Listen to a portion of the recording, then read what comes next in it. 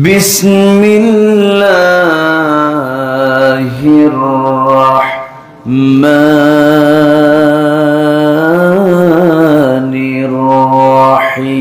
الرحيم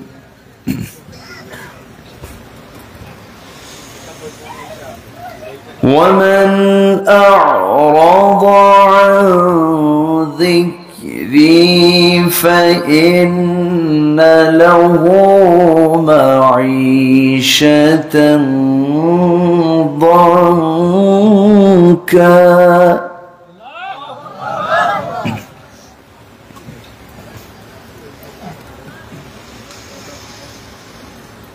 فإن له معيشة ضنكا ونحشره يوم القيامة أعمى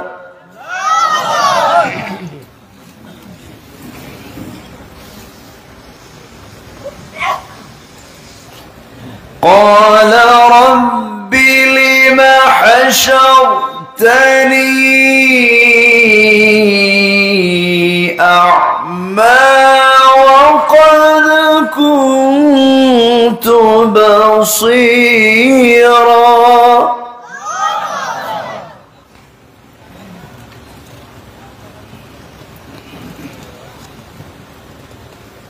قال كذلك أتتك آياتنا فنسيتها وكذلك اليوم تنسى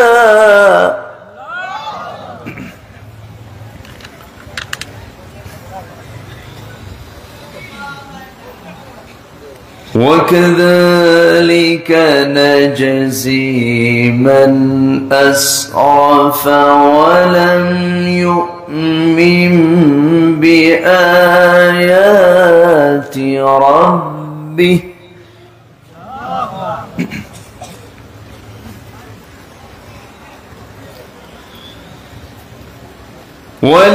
ولعذاب الآخرة أشد وأبقى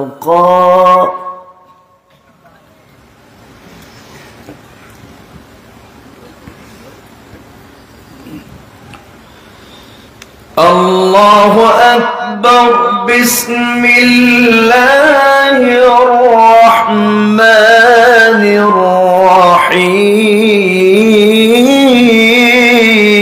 الرحيم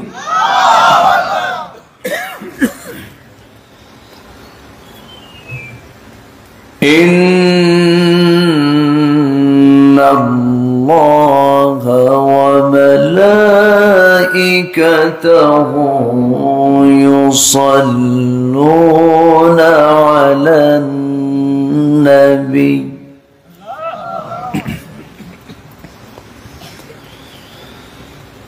يا أيها الذين آمنوا صلوا عليه وسلموا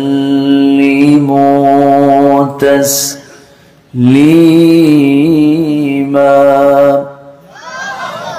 আমরা সবাই দরুদ ইব্রাহিম পড়ছি আল্লাহুম্মা সাল্লি আলা মুহাম্মদ وعلى آل محمد كما صليت على إبراهيم وعلى آل إبراهيم إنك حميد مجيد اللهم بارك على محمد وعلى آل محمد كما باركت على إبراهيم وعلى آل إبراهيم إنك حميد مجيد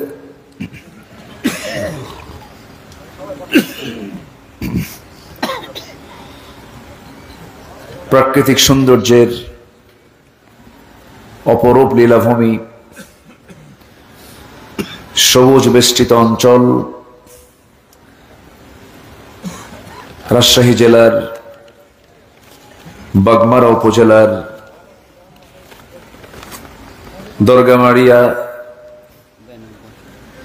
আল জামিয়াতুল ইসলামিয়া মাদ্রাসার উদ্যোগে আয়োজিত মাদ্রাসা সংলগ্ন মাঠে অনুষ্ঠিত তাফসিরুল কোরআন মাহফিল 2024 মহৎ আয়োজনের সম্মানিত সুযোগ্য সভাপতি, বিশিষ্ট শিক্ষাবিদ, গবেষক, সাংবাদিক, দৈনিক উপচার পত্রিকার সম্মানিত সম্পাদক, এলাকার কৃতি সন্তান ডক্টর মোহাম্মদ আবু ইউসুফ সেলিম সাহেব, আজকের প্রোগ্রামের বরেণ্য প্রধান অতিথি, নবনির্বাচিত রাজশাহী 4 নির্বাচনী আসনের মাননীয় সাংসদ, শিক্ষাবিদ, অধ্যক্ষ আবুল কালাম আজাদ, আজকের প্রোগ্রামের বরেণ্য অতিথিবৃন্দ, হযরত উলামায়ে কেরাম, ফদলায়ে ইজম, বিশেষ করে কথা বলেছেন নন্দিত আলেমে দ্বীন, আমার অত্যন্ত কাছের আমার প্রিয় ভাই মাওলানা মুফাজ্জল হোসাইন, কথা বলেছেন আমার পূর্বে এলাকার কৃতি সন্তান নন্দিত আলেমে দ্বীন, খ্যাতনামা মুফাসসিরে কোরআন মুহতারাম মাওলানা রেজাউল করিম উজ্জ্বল সাহেব, উপস্থিত আজকের মাহফিলের প্রধান আকর্ষণ, যাদেরকে নিয়ে আজকের এই সাজানো গোছানো বর্ণাঢ্য আয়োজন, তাওহীদের পতাকাবাহী, কালেমার ঝান্ডাবাহী, দ্বীন ইসলামের নরসারদুল বীর মুজাহিদ, প্রাণ প্রিয় সম্মানিত দ্বীনি ভাইরা, আড়ালে বসে আছেন শ্রদ্ধেয়া সম্মানিতা মা বোনেরা। আলোচনার সূচনায় আনুষ্ঠানিকতার মধ্য দিয়ে আমার পক্ষ থেকে আবারও দিল খোলা সালাম, আসসালামু আলাইকুম ওয়া রাহমাতুল্লাহি তাআলা ওয়া বারাকাতুহু। সবাই কেমন আছেন? জি, আমাকেও প্রশ্ন করে ফেললেন, এটাই তো মুহাব্বতের লক্ষ্য। আল্লাহ তাআলা তো আমাকে আপনার কাতারেই রেখেছেন, বলি আলহামদুলিল্লাহ। সারাদিনের স্ব কর্মের ব্যস্ততা পাড়ি দিয়ে রাতের আধারে যখন আল্লাহ তাআলা ওয়াজআলনাল লাইলা লিবাসা, ঘুমের জন্য যখন করেছেন রাতকে, সেই ঘুমের সাগরে আমরা হাবুডুবু না খেয়ে আল্লাহর মুহাব্বতে, আল্লাহর দ্বীন শোনার জন্য জান্নাতের এমন একটি টুকরায়, স্বর্গীয় পরিবেশে যিনি আমাকে আপনাকে কবুল করেছেন, সেই মহান মুনিবের দরবারে আমরা সবাই লাখ কোটি সেজুদ শুকর আদায় করি, বলে উঠছি আলহামদুলিল্লাহ। আবারও বলছি আলহামদুলিল্লাহ। চিৎকার মেরে বলছি আল্লাহুম্মা ইন্নী আসআলুকা আল হুদা ওয়াত তুকা ওয়াল আফাফা ওয়াল গিনা। সবাই বলি আল্লাহুম্মা লাকা আসলামতু ওয়া বিকা আমানতু ওয়া আলাইকা তাওয়াক্কালতু ওয়া ইলাইকা আনাবতু ওয়া বিকা খাসামতু। আমরা আল্লাহ তাআলার শুকর আদায় করে নিলাম। সম্মানিত হাজিরিন, বাগমারায় এই রাত্রে মঞ্চে ওঠা এটা খুব স্বাভাবিক প্রক্রিয়া, এটা কোনো ব্যাপার না। গতকাল আমার মাহফিল ছিল বেশি দূরে না, মাত্র কক্সবাজার। আমি গতকাল এই সময় 11:30টায় আমার মাহফিল ক্লোজ করেছি, শেষ করে দেন রওনা দিয়েছি বাই রোডে। আল্লাহ তাআলা আমাকে এই চাঁদমাখা মুখ দেখার তৌফিক দিয়েছেন, আল্লাহর মেহেরবানি, শুকরিয়া, আলহামদুলিল্লাহ। তো আমি যতক্ষণ আছি আমাকে সময় দেওয়া যাবে তো? সময় দিতে রাজি আছেন তো ইনশাআল্লাহ? আমরা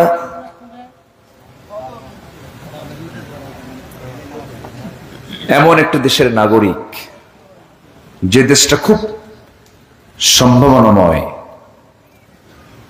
এবং সে দেশের মাটি, সে দেশের প্রাকৃতিক সম্পদ অনেক দেশের চাইতে অনেক অনেক গুণ বেশি।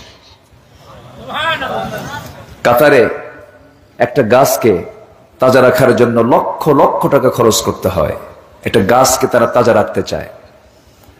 আর আমার দেশের কোনো যত্ন ছাড়াই পুরাটা দেশটাই সবুজে ভরপুর, বলি আলহামদুলিল্লাহ। আমরা সব দিক থেকেই ভালো ছিলাম, সবই ছিল, কিন্তু প্রবলেম কি জানেন? এই দেশে শুধু একটা অভাব, ভালো মানুষের অভাব। আসতে কয় ঠিক কিনা? ভালো মানুষ তখন হয় যখন ভালো নেতা থাকে। যেমন রাজা তেমন প্রজা, একটা কথা আছে না?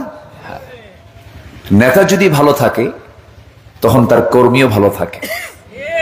রাজা যদি ভালো হয় প্রজাও ভালো হয়, আবার পিতা যদি ভালো হয় তার সন্তানও ভালো হয়।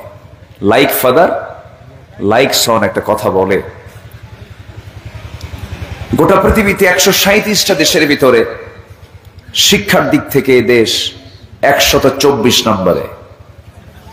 বিশ্বের আবাসযোগ্য শহরের মধ্যে ঢাকা হলো খারাপ না, এটা বসবাসযোগ্য বলা চলে, তবে ঝুঁকিপূর্ণ। দুর্নীতিতে 204টা দেশের মধ্যে বাংলাদেশ হলো প্রেজেন্ট 7 নম্বরে আছে। এর আগে মোটামুটি হ্যাটট্রিক করছে। স্বাস্থ্য সেবায় 167 দেশের ভিতরে আমার দেশ 106 নম্বরে আছে। একদম শেষের দিকে যায়নি, এই একটু শেষের একটু আগে আছে। সুখী দেশের তালিকায় 137 দেশের মধ্যে আমার দেশটা 118 নম্বরে আছে। তো আমার দেশ এগিয়ে যেতে খুব বেশি সময় লাগতো না, শুধু যদি আমার দেশের মানুষের হাতে যদি শিক্ষার জন্য শুধু কোরআনটা যদি তুলে দেওয়া হতো। কিন্তু একটা বড় ধরনের ষড়যন্ত্র কিন্তু আমরা ফিল করছি। আমরা কি লক্ষ্য করছি না?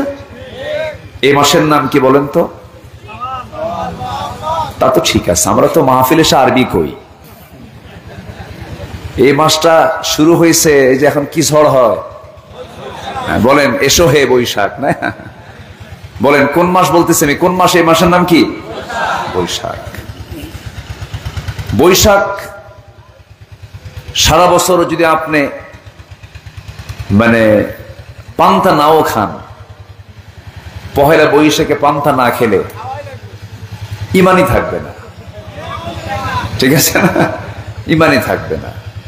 আচ্ছা, গরিবের পান্তা তারা কি এক সকাল না সব সকাল? সব সকাল।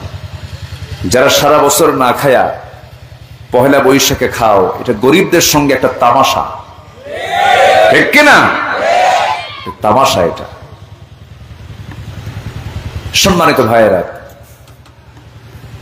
মঙ্গল শোভাযাত্রা, পেঁচার বাহন, লক্ষ্মী পেঁচা, আরো কত কি আমরা দেখতে পাই, যেগুলো সংস্কৃতির সাথে মুসলমানদের সংস্কৃতির কোনো সম্পর্ক নাই, বাঙালির সাথে সম্পর্ক নেই। এমনকি ইভেন আমার পাশে যিনি বসে আছেন তিনি একজন গবেষক, বাঙালি জাতির সাথেও এই সংস্কৃতির কোনো সম্পর্ক নাই। এগুলো কোথা থেকে যে আমদানি হয়েছে আল্লাহ জানে। খুব বেশি দিন আগে ওইগুলো ছিল না। এরপরে ভালোবাসা দিবস এটা ছিল না, 1 এপ্রিল এগুলো ছিল না। এগুলো কিছু বদমাইশ আমদানি করছে। কিছু বদমাইশ কি করেছে? আমদানি করেছে। সম্মানিত ভাইয়েরা, সম্মানিত বন্ধুগণ, বহু কথা আছে। এই যে আমরা সিচুয়েশনগুলো আমরা দেখছি, এই সংকটকে দূর করার জন্য একমাত্র মাধ্যম আল্লাহ তাআলা আমাকে আপনাকে দিয়েছেন সকল সমস্যার সমাধান করার জন্য। কোন কিতাবটা দিয়েছেন? আমরা শুনতে এসেছি, এই কিতাবের কথাই কিন্তু শুনতে এসেছি। কিন্তু এই কিতাবকে কিছু মুসলমানের পুরোপুরি মানতে আপত্তি আছে। কিছু কিছু মুসলমান বলে কোরআন মানি, কিন্তু সব জায়গায় মানা যাবে না, এটা অসুবিধা। এরকম টাইপের লোক তো আমার দেশে নাই। আসতে বলবেন না, আছে না নাই? আল্লাহ জানেন কিছু বান্দা মানবে না। আল্লাহ আয়াত সেট করে দিয়েছেন, আল্লাহ জায়গা মতো আয়াত দিয়েছেন। আল্লাহ রাব্বুল আলামিন বলেন, أفتؤمنون ببعض الكتاب وتكفرون ببعض। তুমি কিতাবের কিছু অংশ মানবে, কিছু অংশ মানবে না। ফলাফল হলো ইল্লা খিজিয়ুন ফিল হায়াতিদ দুনিয়া। দুনিয়ার জিন্দেগিতে তুমি লাঞ্ছিত হবে, তুমি বঞ্চিত হবে, তুমি ঘৃণিত হয়ে যাবে, তোমার কোনো মান সম্মান থাকবে না। ওহুয়া ফিল আখিরাতি মিনাল খাসিরিন। আখিরাতের জিন্দেগিতে খুসরানদের অন্তর্ভুক্ত হয়ে যাবে, ক্ষতিগ্রস্ত হয়ে যাবে। এই যে আজকে গোটা পৃথিবী জুড়ে 750 কোটি মানুষের ভিতরে প্রায় 200 কোটি মুসলমান, প্রতি 4 জনে একজন মুসলমান। 57টি মুসলিম রাষ্ট্র গোটা পৃথিবী জুড়ে। খনিজ সম্পদ সবচেয়ে মুসলমানদের বেশি, প্রাকৃতিক সম্পদ মুসলমানদের বেশি।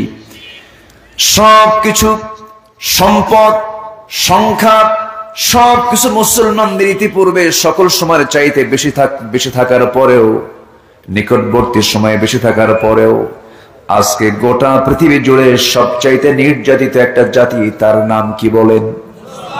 তার নাম কি? মুসলমান। মার খাচ্ছে কেন? আল্লাহ নিজেই তো বলছেন কিছু অংশ মানবা, কিছু অংশ মানবা না। খিজিয়ুন ফিল হায়াতিদ দুনিয়া। দুনিয়ার জিন্দেগিতে তোমার লাঞ্ছনা আসবে,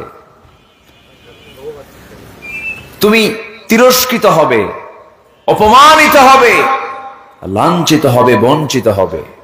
তাই তো হচ্ছে।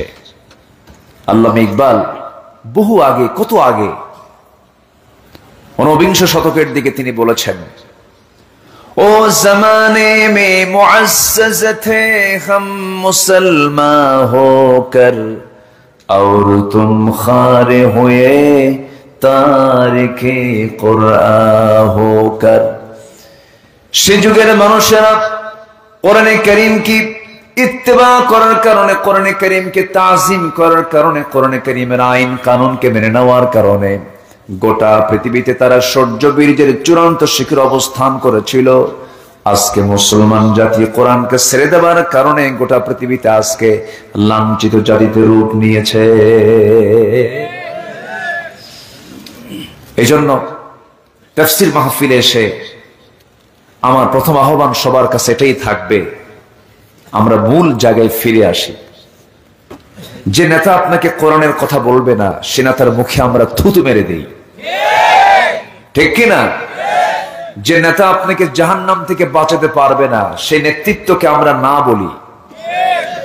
যে নেতা আপনাকে নামাজের জন্য বলবে না, যে নেতা নিজে নামাজ পড়বে না, তার পেছনে আমাদের দৌড়ানোর কোনো দরকার নাই।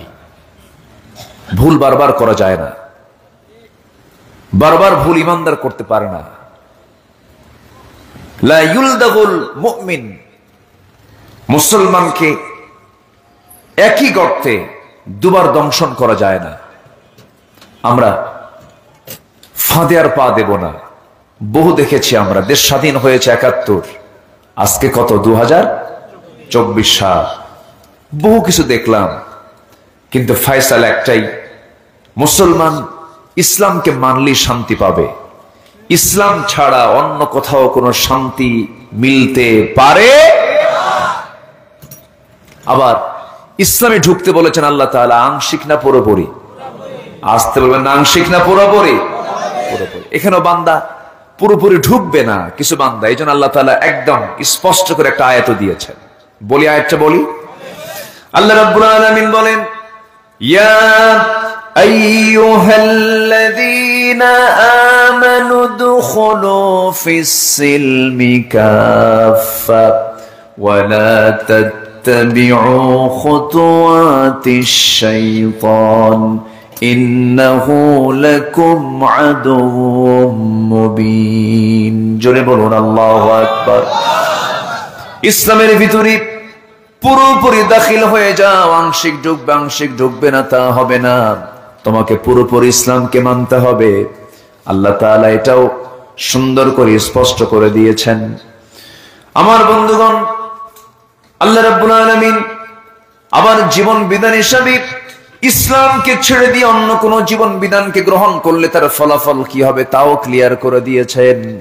যারা পারেন ঠোঁট মিলিয়ে বলুন, وَمَن يَبْتَغِ غَيْرَ الْإِسْلَامِ دِينًا فَلَن يُقْبَلَ مِنْهُ وَهُوَ فِي الْآخِرَةِ مِنَ الْخَاسِرِينَ। জীবন বিধান হিসাবে, দল হিসাবে, তন্ত্রমন্ত্র হিসাবে ইসলামকে ছেড়ে দিয়ে যারা অন্য কোন দিনকে গ্রহণ করবে, অন্য কোন মতবাদকে গ্রহণ করবে, অন্য কোন ইসলামকে গ্রহণ করবে, ওই সমস্ত ব্যক্তির ব্যাপারে আল্লাহ রাব্বুল আলামিন সুস্পষ্ট কথা জানিয়ে দিচ্ছেন, ফালাই ইউকবালা মিনহু, তার কোন আমল আমার দরবারে কবুল হবে না। তার নামাজ কবুল হবে না, তার রোজা কবুল হবে না, তার হজ কবুল হবে না, তার কোন দান সদকা কবুল হবে না, যতক্ষণ না জীবন বিধান হিসেবে ইসলামকে সে না মেনে নেবে। ইসলামের বিরুদ্ধে বহু জীবন বিধান আমার আপনার চোখেই দুনিয়াতে আসে না নাই? বলেন, আসতে বলবেন না আসে না নাই? ইসলামের বিরুদ্ধে আরো আইন আসে না নাই? বলেন, আছে। আমি আপনি যে মাহফিল এসেছি, আমরা রাস্তায় হেঁটে এসেছি আল্লাহর আইনে না বান্দার আইনে। বান্দার আইনে আসছি, আল্লাহর আইনে কেমনে আসলাম? আমি আপনি যখন মাহফিলের উদ্দেশ্যে রওনা দিয়েছি, আমি রওনা দিয়েছি চিটাগাং থেকে, হাজারবার চেষ্টা করলাম, আমি পারতাম না ডান দিকে আসবো আমি, কারণ এদেশের ট্রাফিক নিয়মটা হলো ডানে চলো না বামে চলো। বামে চলো, আমাকে বামে আসতে হয়েছে, কারণ আমার দেশে আইনটা চালু আছে আল্লাহর না বান্দার। আজ থেকে আল্লাহর না বান্দার? বান্দার।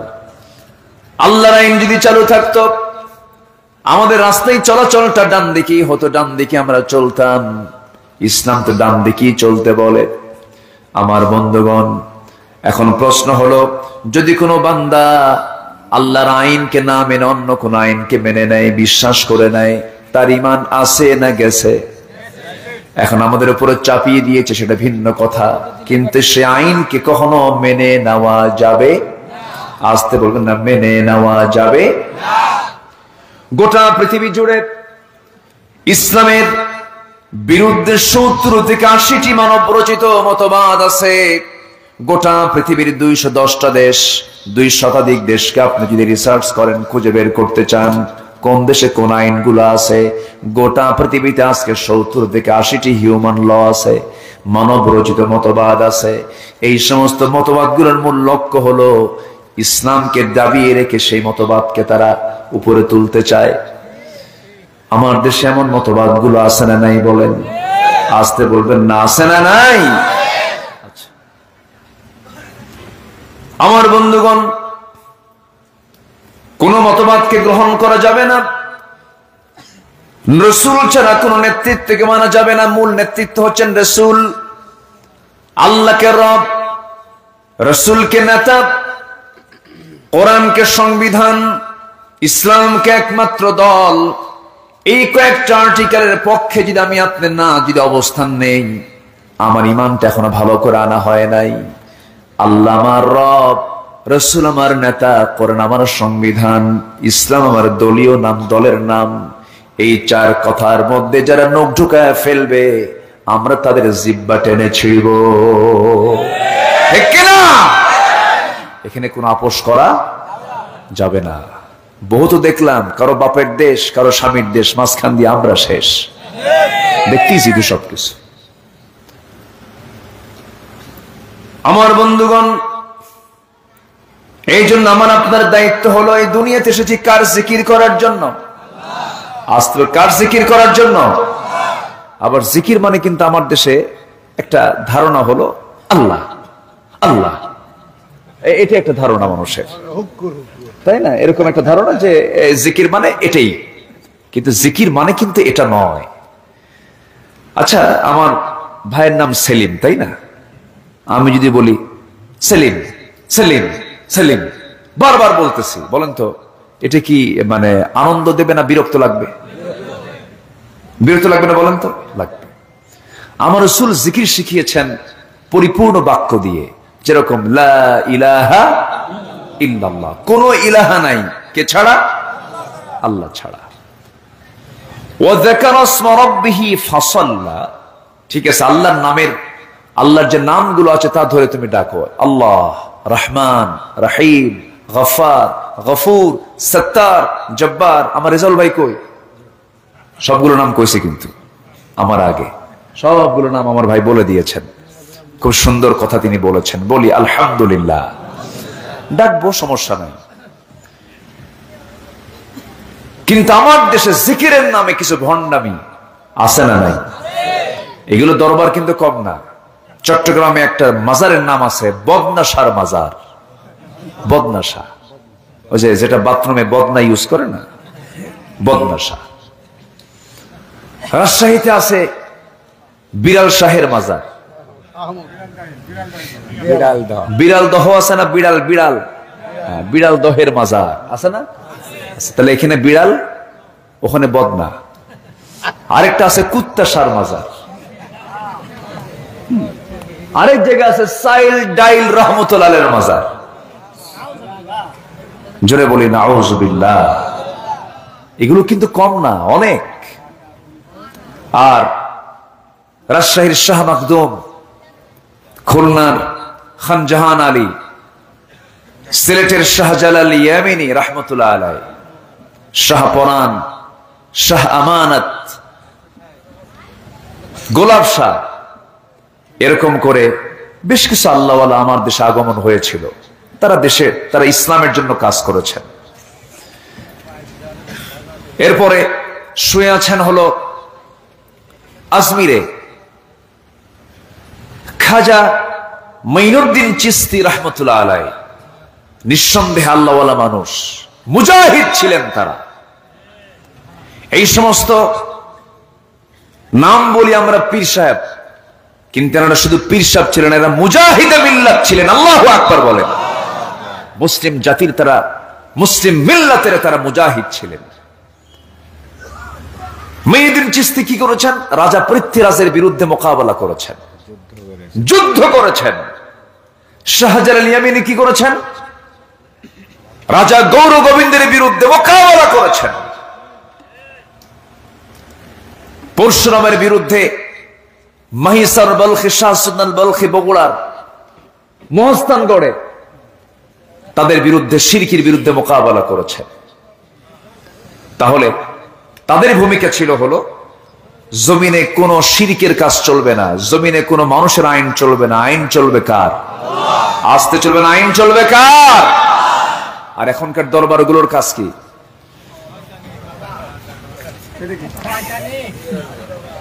এখনকার দরবারগুলো ভণ্ডামি দিয়ে অধিকাংশ দরবারগুলো ভরে গেছে, ঠিক কিনা বলো? এখন ওই মাজারগুলোতে দেখবেন কিছু পাগল বসে থাকে। পাগল তো না, পাগলের ভান ধরে বসে থাকে, জটওয়ালা, গাজাওয়ালা। হ্যাঁ, এত গাঁজা খায়, মানে গাঁজার গন্ধে, গাঁজার ধোঁয়ায় মশা পর্যন্ত বিরক্ত। মশা কয় এত গাঁজা মানুষ খায়? মাথার চুল উস্কো খুস্কো, চিরুনি নাই, চিরুনি মাথায় যাই না, চুলে জট পাকতে পাকতে মহাজট, ওর মধ্যে উকুন থাকতে থাকতে উকুন পর্যন্ত বিরক্ত, কয় একটু তেলও নাই। এই হলো বদমাইশি। সালাড চট পড়ে থাকে, লাল সালু পড়ে থাকে, কথা কয় না, একটু ভান ধরে থাকে, আসে না এরকম, আসে না? ভান ধরে থাকে, কথাও বলে না, কিন্তু বাবা ও বাবা কথা কও, এরকম একটা ভান ধরে, কিচ্ছু না, খালি 1.5 হাত লাঠির দরকার। আসতে বলুন, জোরে বলেন ঠিক কিনা? 1.5 হাত লাঠি দরকার। একটা অসামাজিক, ব্যক্তিত্বহীন, মস্তিষ্ক বিকৃত পাগল কখনো আল্লাহওয়ালা হতে পারে না। যিনি আল্লাহওয়ালা হবেন তিনি হবেন একজন সেরা ব্যক্তিত্ব সম্পন্ন মানুষ।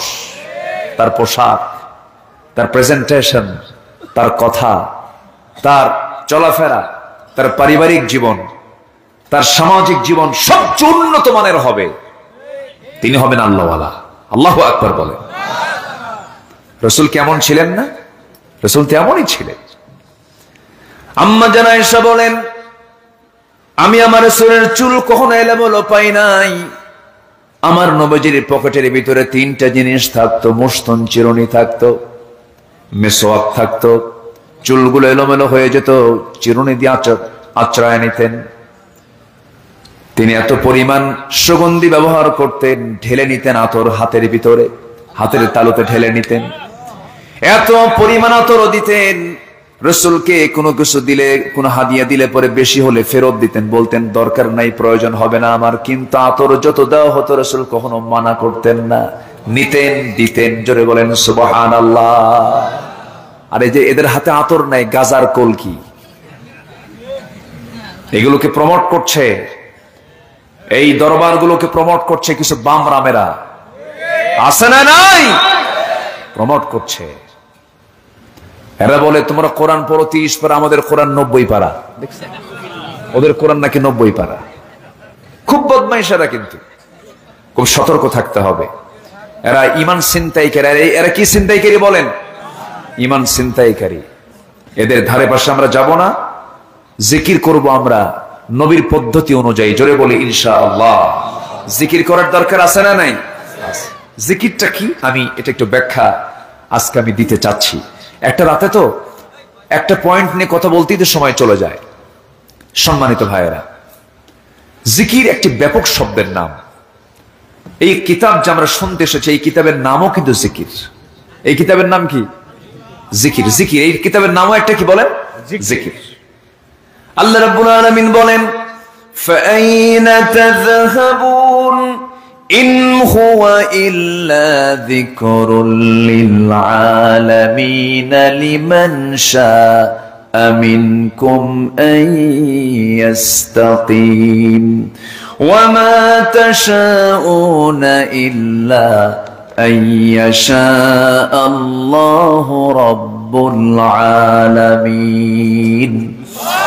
আল্লাহ রাব্বুল আলামিন বান্দাকে প্রশ্ন করছেন, ফাইনা তাযহাবুন, কোথায় দৌড়াও, কোথায় লাফাও? জিকির করতে করতে পায়জামা থাকে না, জিকির করতে করতে লাফ মেরে আম গাছে ওঠে, জাম গাছে ওঠে, ভুল করে বড়ই গাছে ওঠে না। বড়ই গাছে কাটা আছে, হুঁশটা ঠিকই আছে, আছে না নাই? সেদিন দেখি কোথায় যেন এক এরকম জালসার ভিতরে কোন এক মুরিদ ফানাফিল্লা হয়ে গেছে, মানে ভুলে, মানে নিজে একদম হেরে গেছে, মানে ইশকে দেওয়ানা হয়ে গেছে। হঠাৎ করে লাফ মেরে দেখি এরকম লম্বা প্রায় 20 ফিট 15 ফিট উঁচা চিকন বাঁশের আগায় যে বসে আছে ওখানে, মানে জিকিরের ঠেলায় একদম বাঁশের আগায়। তো ভাবলাম যে বাঁশের আগায় যে উঠলো, নিশ্চিত এটা ছোট্টবেলায় নারিকেল আর ডাব সরছিল, সুপারি সরছিল। আশ্চর্য কথা, আপনি নাস্তিকদের হাসির পাত্র হবেন কেন? নাস্তিকের এগুলো দেখে হাসে। ইসলাম তো এগুলো না, ইসলাম বাস্তব ভিত্তিক। একটি জীবন বিধান। আল্লাহু আকবার বলেন। লা রুহবানিয়াতা ফিল ইসলাম, ইসলামে কোন বৈরাগ্যবাদ নাই, কোন বৈরাগ্যের স্থান ইসলামে নাই। এক সাহাবী বলছেন, ইয়া রাসূলুল্লাহ, আমার মন চায় আমি খোজা হয়ে যাই, পুরুষত্ব নষ্ট করে ফেলি, মন চায় আমি স্ত্রীকে ছেড়ে দেই, বনে চলে যাই, হেরে যাই, আল্লাহর প্রেমে মশগুল হয়ে যাই। রাসূল মুস্কি হাসি মেরে বলেন, সাহাবী তুমি কি বলো, এগুলো পাগলামি কথা, ইসলামে এগুলো নাই। আমার নবীজি বলে দিলেন, বিয়ে আমার সুন্নাহ, সন্তানের মুখে খাবার তুলে দেওয়া সুন্নাহ, সমাজ জীবনে বসবাস করা আমার সুন্নাহ। ইসলামে কোনো বৈরাগ্যের স্থান নাই। আমার উম্মতের বৈরাগ্য হলো জিহাদের ময়দান, ঠিক কিনা? আমার উম্মতের বৈরাগ্য কি? জিহাদের ময়দান। সম্মানিত ভাইয়েরা, আমি সূরা তাহা থেকে, কোন সূরা বলেন তো? তাহা। সূরা তাহা থেকে আমি 20 নম্বর সূরা তাহা থেকে আমি 4 থেকে 5টা আয়াত আমি তেলাওয়াত করেছি। আল্লাহ তাআলা নিজে ওয়াদা করছেন, যারা আমার জিকির থেকে নিজেকে গুটিয়ে রাখবে, আমি তাদের জন্য দুনিয়ার জীবনকে সংকীর্ণ করে দেব। তাহলে জিকির করার দরকার আমাদের আছে না নাই বলেন তো? আসতে বলবেন না, আছে না নাই? জিকিরের 4টা অর্থ আছে। জিকিরের কয়টা অর্থ আছে? 4টা অর্থ আছে। আমি সংক্ষিপ্তভাবে আমি বলতে চাচ্ছি, সবাই থাকবেন তো ইনশাআল্লাহ? বলি আলহামদুলিল্লাহ, জোরে বলি আলহামদুলিল্লাহ। আমি খুবই খুশি যে আপনারা এত রাতে ধৈর্য নিয়ে আলোচনাগুলো শোনেন। বাংলাদেশের ম্যাক্সিমাম এলাকায় এই রাতে আপনি মাহফিলে একটা লোকও খুঁজে পাবেন না, ম্যাক্সিমাম, এক্সেপ্ট বাগমারা। ইভেন আপনি যদি এই চাঁপাইনবাবগঞ্জও যান, নাটোরের ওই সিংড়া বড়াইগ্রাম বনপাড়া ওই দিকেও যান, সিরাজগঞ্জেও যান, নওগাঁতে যান, নওগাঁয় তো 10:30টায় মাহফিল শেষ। কিন্তু বাগমারার মানুষ, তাদের এই শর্ট সময় আলোচনা পোষায় না, সারা রাত না হলে হয়।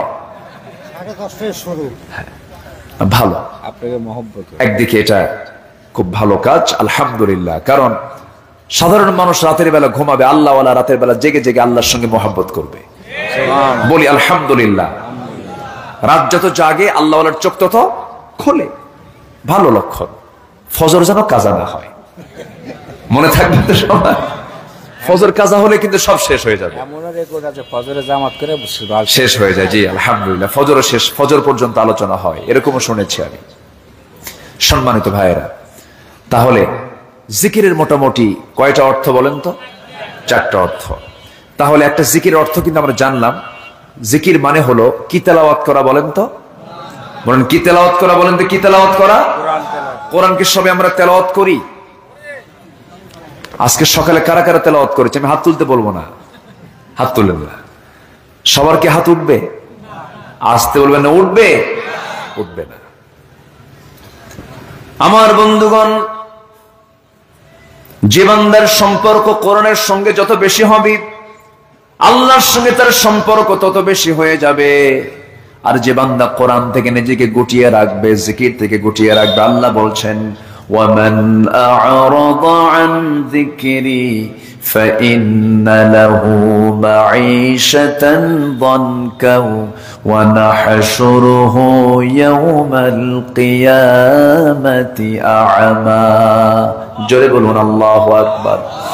আল্লাহ কি ভয়ঙ্কর কথা বলে দিলেন, মারাত্মক কথা বললেন, চোখে পানি চলে আসছে অনেক আলেম ওলামা যারা বসে আছেন এখানে। আমার বন্ধুগণ, একটা মাদ্রাসার উদ্যোগে আজকে মাহফিল, যে মাদ্রাসার মূল সিলেবাস হলো, সবাই বলেন কি মূল সিলেবাসটা? কি কি কাম হলো এটা? আল্লাহু আকবার। সরষে কাম মাহফিলে জেনারেটর আছে, হয়ে যাবে।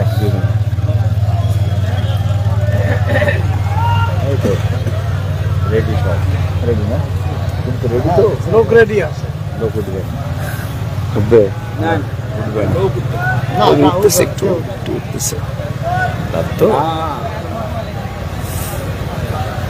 দেখেন উঠবে না, যে দুই একজন উঠবে না, উঠবে না। আমরা সকলে জিকির পড়ি সুবহানাল্লাহ, আল্লাহু আকবার। জি দেখছেন মাশাআল্লাহ, উঠছে? আলহামদুলিল্লাহ।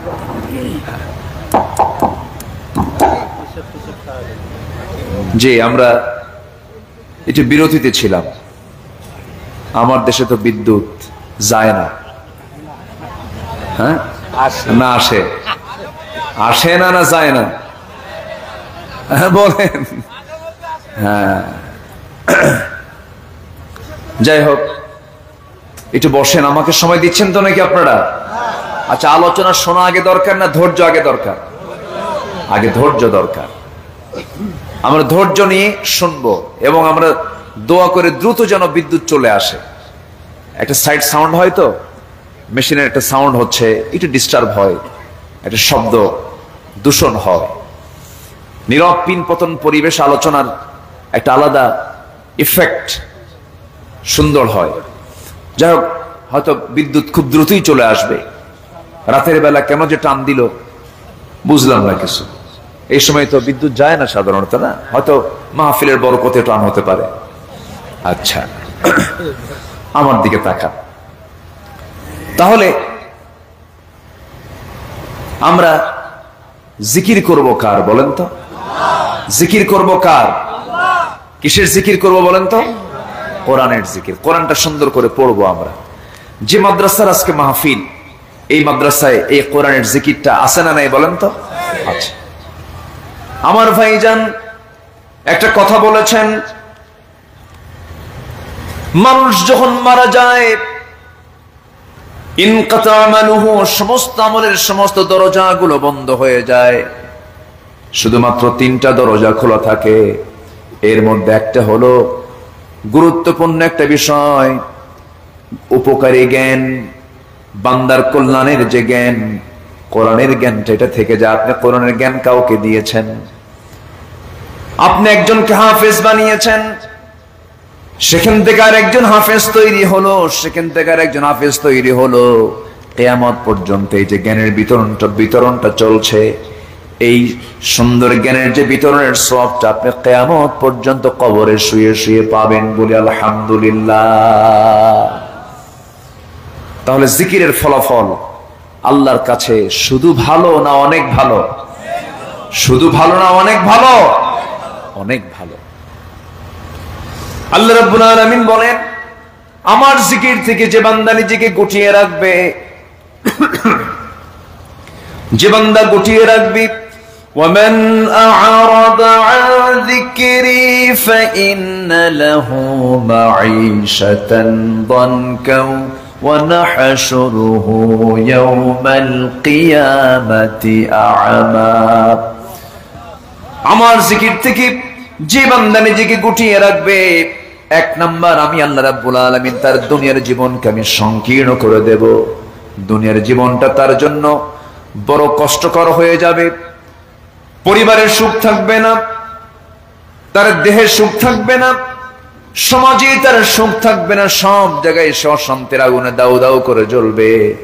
হাজার হাজার কোটি টাকার মালিক, কিন্তু রাতের বেলা ঘুমাতে পারে না, আছে না নাই বলেন? আসতে বলবেন না, আছে না নাই? হাজার হাজার কোটি টাকার মালিক, কিন্তু ওষুধ ছাড়া ঘুম হয় না।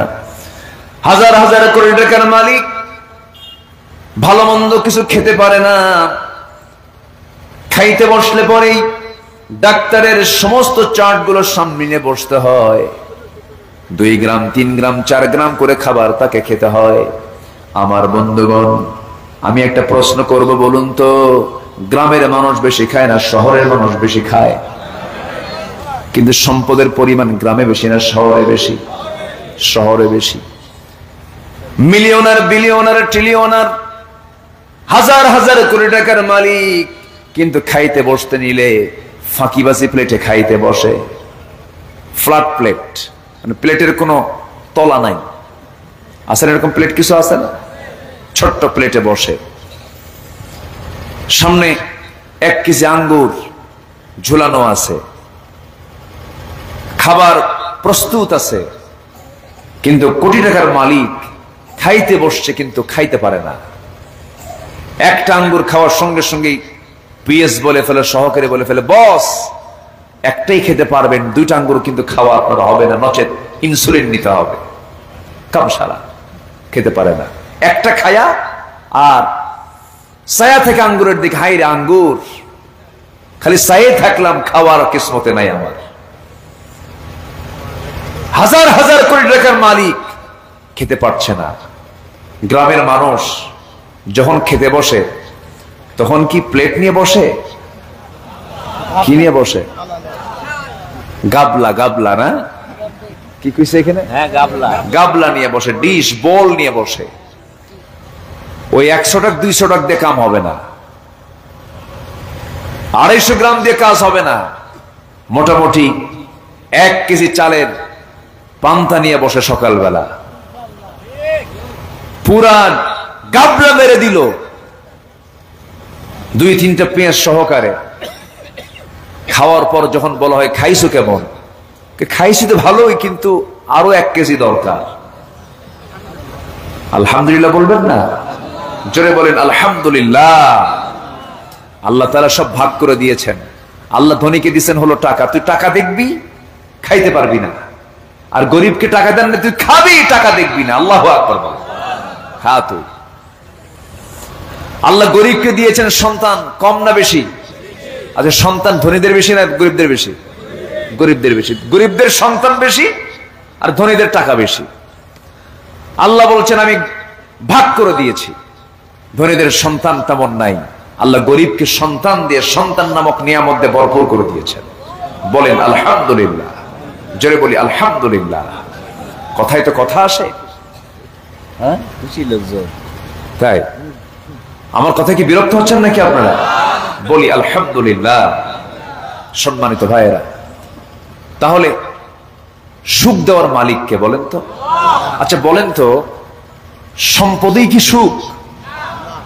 টাকা পয়সায় কি সুখ? 10 তলা 20 তলা বাড়ি, বিশাল বড় অট্টালিকায় কি সুখ? না, প্রকৃত সুখটা থাকে হলো কার জিকিরে? আস্তে বলে কার জিকিরে? যার জিহবা আল্লাহর জিকির থেকে সুখ না থাকে, সেই জিহবায় কখনো সুখ থাকে না। আর যার জিহ্বাটা আল্লাহর জিকিরে ভিজা থাকে, তার জিকিরটা, তার জিহ্বা থাকে প্রশান্ত, তার জিহ্বায় কখনো ভাটা থাকে না। আল্লাহু আকবার বলে। এই জন্য জিকির ভিজায় রাখবো, জিহ্বা ভিজায় রাখবো কার জিকিরে? আল্লাহর জিকিরে। আমার বন্ধুগণ, দিন যখন শুরু করব আমি, আল্লাহ রাব্বুল আলামিন দিন দিয়েছেন, রাত দিয়েছেন। দিনের মালিক আল্লাহ, রাতের মালিক আল্লাহ, সময়ের মালিক আল্লাহ। সময়ের মূল মালিককে বলেন আল্লাহ তাআলা। আহ্নিক গতি বার্ষিক গতি কে দেন? সূর্যকে চালান, চন্দ্রকে চালান, নদীকে চালান, সাগর সমুদ্রকে চালান, বাতাসকে চালান, আল্লাহ চালান। সেই সময়ের মালিককে আগে সময়টা আগে দেওয়ার চেষ্টা করব। আল্লাহ বলছেন বান্দার আমি তোকে ঘুম দিয়েছি, ঘুমা। আমি তোকে খেতে দিয়েছি, তুই খা, কোনো সমস্যা নাই। কিন্তু আমার জিকির করতে ভুলবি না, আমার স্মরণ করতে তুই ভুলবি না, আমার নামটা বলতে নিয়ে কখনো তুই কৃপণতা দেখাবি না। যদি কোনো বান্দা বুখারী শরীফের শেষ হাদিস, কালিমাতানি হাবিবাতান সাকিলাতান ফিল মিজান খাফিফাতান বিল লিসান, 2টা শব্দ এমন আছে ওজনে অনেক ভারী, উচ্চারণে খুবই সহজ।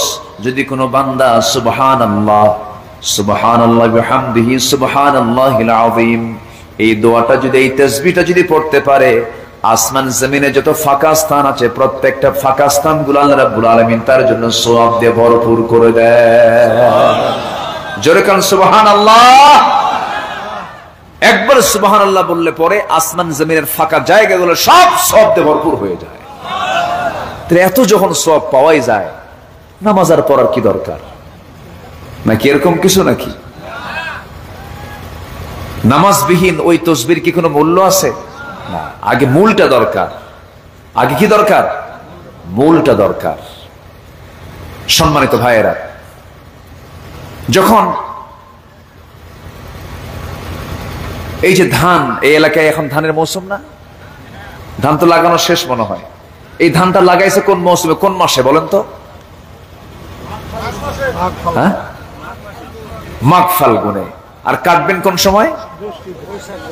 বৈশাখ জ্যৈষ্ঠীতে। মাঘ ফাল্গুনে কৃষকের চিন্তা হলো আমাকে জমিতে ধান লাগাতেই হবে, এটা প্রিপারেশন থাকে, কিন্তু এটা প্রস্তুতি কিন্তু থাকে। ঠিক তেমনি ইমানদারের একটা প্রস্তুতি থাকার দরকার আছে, সেটা হলো দুনিয়ার প্রস্তুতি না আখিরাতের প্রস্তুতি? বলেন, দুনিয়ার প্রস্তুতি না আখিরাতের প্রস্তুতি? আখিরাতের প্রস্তুতি। তো আখিরাতের প্রস্তুতি যদি কোনো বান্দা নিতে চায়, সবার আগে পরামর্শ নিতে হবে কোন কিতাব থেকে? বলেন তো, কোন কিতাব থেকে? কোরআন থেকে। এক নম্বর প্রস্তুতি হলো, আমি যেটা নিয়ে আজকে আমি আলোচনা করতে চাচ্ছি, একটা অর্থ বলেও দিয়েছে, জিকিরের 4টা অর্থ, এর মধ্যে একটা অর্থ হলো কি তেলাওয়াত করা? বলেন তো, কোরআন তেলাওয়াত করা। এটা একটা প্রস্তুতি, কারণ আমার মৃত্যুর সঙ্গে সঙ্গে আমার সাথে কেউ থাকবে না। কে ছাড়া? আসতে বলবেন না, কে ছাড়া? আল্লাহ ছাড়া। আমার বন্ধুগণ, এই দুনিয়া ছেড়ে আমিও চলে যাব, আপনিও চলে যাবেন, কিন্তু আখিরাতের প্রস্তুতি আমি কি নিলাম, এটা আমার আপনার জন্য সবচেয়ে বড় চিন্তার বিষয়। রাসূলকে প্রশ্ন করা হলো, আজকে দুপুরবেলা একটা জানাজায় ছিলাম, আমার এক আত্মীয় দুনিয়া থেকে বিদায় নিয়েছেন। জানাজা পূর্ব একটা আলোচনার ভিতরে আমি হাদিসটা আমি বলে ফেললাম। রাসূলকে প্রশ্ন করা হলো, মান আকিয়াসুন নাস ওয়া হাজামুন নাস ইয়া রাসূলুল্লাহ, হে রাসূল আপনি বলুন সবচেয়ে চালাক লোকটাকে, সবচেয়ে বিচক্ষণ লোকটাকে? রাসূল বলে ফেললেন, ক্বালা আকসারুকুম যিকরাল লিল মাউতি ওয়া আকসারুহুম ইস্তিআদাদা, বান্দার মধ্যে সেই বান্দাই সবচেয়ে বিচক্ষণ এবং চালাক যে লোকটা বারবার মৃত্যুর কথা স্মরণ করে, বারবার মৃত্যুর কথা স্মরণ করে।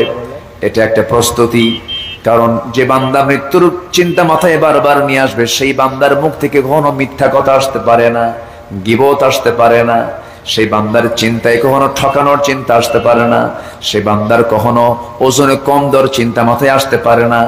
একমাত্র মৃত্যু চিন্তা মানুষকে আল্লাহওয়ালা বানায়া দেয়, ঠিক কিনা? কি বানায়া দেয়? আল্লাহওয়ালা বানায়া দেয়। আমার বন্ধুগণ, একটু কান লাগিয়ে কথাগুলো শুনি আমরা।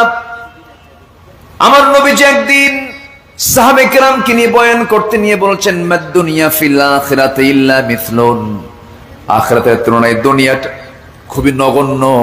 এই কথা বলে রাসূল বললেন, শোনো, যদি কোনো বান্দা সমুদ্রের ভিতরে যদি তার আঙ্গুলটা ঢুকায়া দেয়, আঙ্গুল ঢুকায়া দেওয়ার পর আঙ্গুলটা সেই সমুদ্র থেকে তোলার সঙ্গে সঙ্গে আঙ্গুলের আগায় যে 2 ফোঁটা 1 ফোঁটা যে পানিটা উঠে আসে, সমুদ্র থেকে যে পরিমাণ পানিটা উঠে আসলো 1 ফোঁটা 2 ফোঁটা, আখিরাতের তুলনায় দুনিয়াটা হলো ওই 2 ফোঁটা পানির সমান। আল্লাহু আকবার বলেন। অর্থাৎ কিচ্ছুই না, নগণ্য। এই দুনিয়া ছেড়ে আমাকে আপনাকে যেতেই হবে। আমার রাসূল একদিন মদিনার রাস্তা দিয়ে চলছিলেন, এমন সময় তিনি দেখতে পেলেন রাস্তার পাশে একটা মরা ছাগল পড়ে আছে। সহিহ হাদিসের বর্ণনা।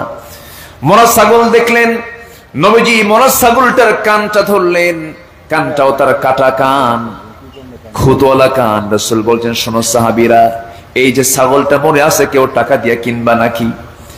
কিনা হুজুর, কেউ টাকা দিয়ে ছাগল কিনবে না, ছাগল তো মরে গেছে এই জন্য কিনবে না। এরপরে আবার খুদওয়ালা ছাগল যার কানটা কাটা।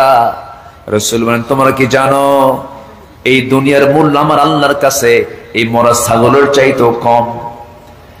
এই দুনিয়া ছেড়ে আমরা সবাই চলে যাব, কিন্তু মানুষের ভিতরে কিছু চাহিদা আছে, ডিমান্ড আছে। রাসূল বললেন, লাউ আন্না লিবনি আদম ওয়াদিয়ান মিন যাহাবিন আও ওয়াদিয়ান ফালাইয়ামলাফাহুন ইল্লা তুরাব। রাসূল বলেছেন, যদি কোন আদম সন্তানকে মাঠ ভর্তি স্বর্ণের স্তূপ দেওয়া হয়, যদি বলা হয় তুমি কি সন্তুষ্ট হয়েছ নাকি, সেই সময় বান্দা বলবে, আদম সন্তান বলবে, যদি আমার এরকম মাঠ ভর্তি আর একটা স্বর্ণের স্তূপ থাকতো আমার কতই না ভালো হতো। আদম সন্তানের চাহিদা, আদম সন্তানের ডিমান্ড কখনো ফুরাবে না যতক্ষণ না তার মুখে মাটি না পড়বে। এটা আদম সন্তানের একটা বৈশিষ্ট্য। তবে হ্যাঁ, সেই লোকগুলোই সবচেয়ে বেশি চালাক। মহান রব্বুল আলামিন সুন্দর করে বান্দাকে জানিয়ে দিচ্ছেন, যুয়িনা লিন-নাসি হুব্বুশ শাহাওয়াতি মিনান নিসাই ওয়াল বানিনা ওয়াল কানাতিরিল মুকানতারাতি মিনাল যাহাবি ওয়াল ফিদ্দাহ والخيل المسومة والأنعام والحرث ذلك متاع الحياة الدنيا والله عنده حسن المآب জোরে বলুন আল্লাহু আকবার। মানুষের জন্য আকর্ষণীয় করে দেওয়া হয়েছে 6টা জিনিসকে, নারীকে আকর্ষণীয় করা হয়েছে, এরপরে সন্তানকে আকর্ষণীয় করে দেওয়া হয়েছে। হুব্বুশ শাহাওয়াতি মিনান নিসা ওয়াল বানিন ওয়াল কানাতিরিল মুকান্তারাতি, পঞ্জীবিত স্বর্ণরূপকে আকর্ষণীয় করে দেওয়া হয়েছে, চিহ্নিত অশ্বকে আকর্ষণীয় করে দেওয়া হয়েছে, ফসলকে আকর্ষণীয় করে দেওয়া হয়েছে। কিন্তু আল্লাহ রাব্বুল আলামিন বলছেন, বান্দারে এগুলোকে তোমার জন্য আমি যদি আকর্ষণ করে দিয়েছি, তবে একটা জিনিস জেনে রেখে দিও, আল্লাহু ইনদাহু হুসনুল মাআব, আল্লাহর কাছে ফিরে যাওয়াটাই হলো সবচাইতে উত্তম জায়গার উত্তম জায়গা, উত্তম প্রত্যাবর্তন স্থল। জোরে বলি সুবহানাল্লাহ। আমরা ফিরে যাব কার কাছে? আসতে বলবেন না, কার কাছে? আল্লাহর কাছে যেহেতু ফিরে যাব, মুসলমান হয়ে ফিরে যেতে হবে, আল্লাহর জিকির করে ফিরে যেতে হবে, আল্লাহর দল করে ফিরে যেতে হবে, এবং নিজের জান এবং মালকে আল্লাহর পথে দেওয়ার মতো মানসিকতা নিয়ে আল্লাহর সামনে হাজির হতে হবে। কারণ আল্লাহ রাব্বুল আলামিন বলছেন, বান্দারে আমি তোকে জান্নাত দেব, কিন্তু আমি তোর কাছ থেকে 2টা জিনিস নিতে চাই, একটা হলো জান, একটা হলো মাল। কে চাচ্ছেন এটা? আসতে বলবেন না, কে চাচ্ছেন? এমন আয়াত কোরআনে আছে না নাই? আসতে বলবেন না, আছে না নাই? আছে। একটু কান লাগান।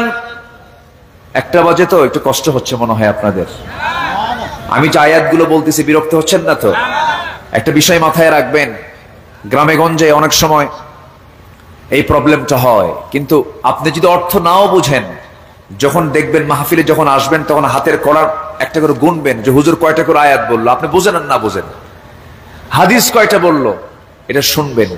কারণ হাজারো দামি কথা হোক না কেন, যে কথার ভিতরে আয়াত নাই, হাদিস নাই, সেই কথার চুল পরিমাণ কোনো বরকত মূল্য আমার আল্লাহর কাছে নাই। আল্লাহু আকবার বলেন। সম্মানিত ভাইয়েরা, আল্লাহ তাআলা বলছেন, বান্দা তুই তো আমার কাছে আসবি, কিন্তু আমি তোর সঙ্গে তো আমার একটা কন্ট্রাক্ট হয়েছে, সেটা হলো তুই জান দিবি এবং মাল দিবি, আমি তোকে জান্নাত দেব। সুবহানাল্লাহ বলবেন না? সবাই কি জান দিতে রাজি আছেন? কে ট্রাকের তলে, বাসের তলে? এই জান দিতে হবে কার পথে? আসতে বলবেন না, কার পথে? আল্লাহর পথে। কেন আল্লাহর পথে আপনি কেমনে দিবেন? যেমন করে দিয়েছেন সাহাবায়ে কেরাম, যেমন করে দিয়েছেন আম্বিয়ে কেরাম, যেমন করে যুগে যুগে আল্লাহর পছন্দের গোলামরা জীবনকে কোরবান করে দিয়েছেন। ধরুন আজকের দুনিয়ার একটা আলোচিত একটা দেশ, যে দেশটার নাম হলো ফিলিস্তিন, যে দেশের নাম কি বলেন? ফিলিস্তিন। বুকটা ফেটে যায়, বুকটা ফেটে যায়।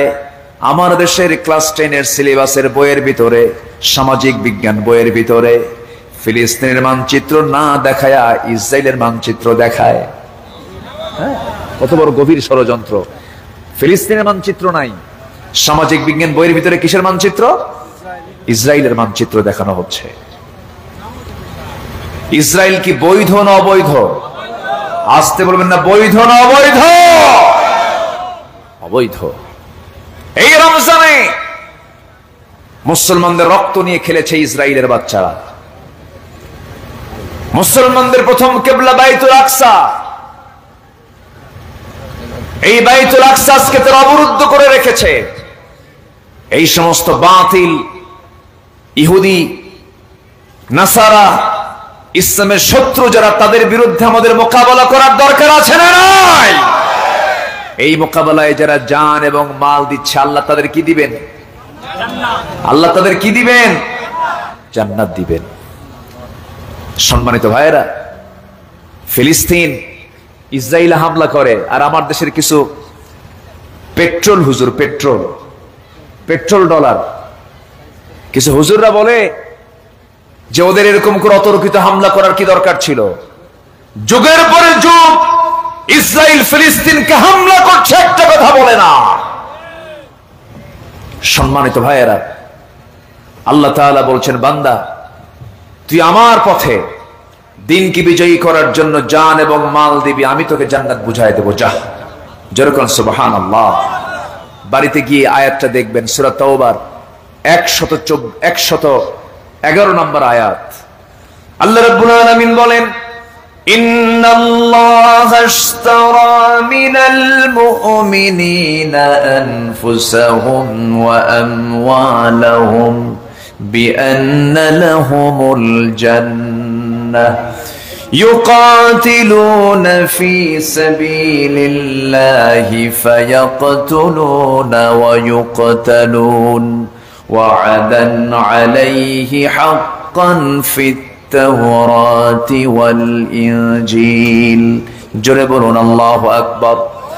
আল্লাহ রাব্বুল আলামিন মুমিনের জান এবং মালকে জান্নাতের বিনিময়ে কিনে নিয়েছেন। আর কি করবে? আল্লাহর পথে সংগ্রাম করবে, নিজেরা শহীদ হয়ে যাবে, অন্যকে দুনিয়া থেকে বিদায় করে দেবে।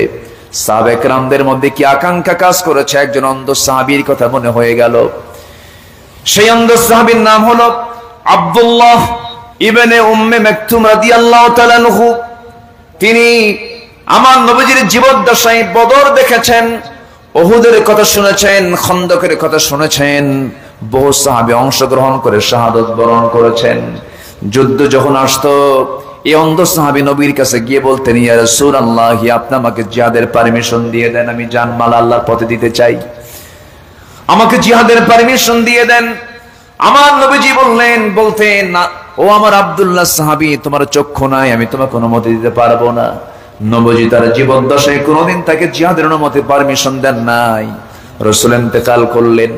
রাসূল ইন্তেকাল করার পরে প্রথম খলিফা সাইয়েদনা আবু বকর সিদ্দিক রাদিয়াল্লাহু আমল, তাকেও তিনি বারবার বলেছেন আমাকে যুদ্ধের পারমিশন দেন, তিনিও তাকে পারমিশন দেন নাই।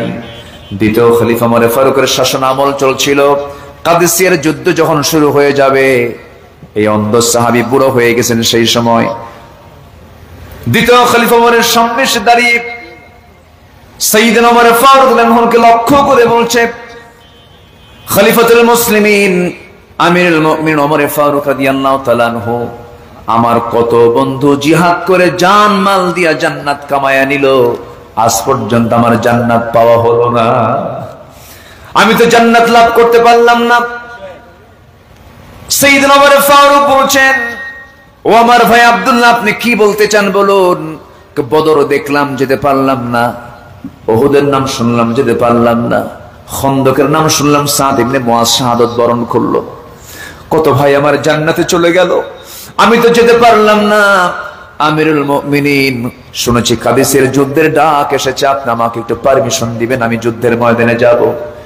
সাইয়েদনা ওমর ফারুক বললেন, ও আব্দুল্লাহ ইবনে উম্মে মাকতুম, আমি আপনাকে কেমন করে পারমিশন দেব, কারণ আপনার তো চোখই নাই।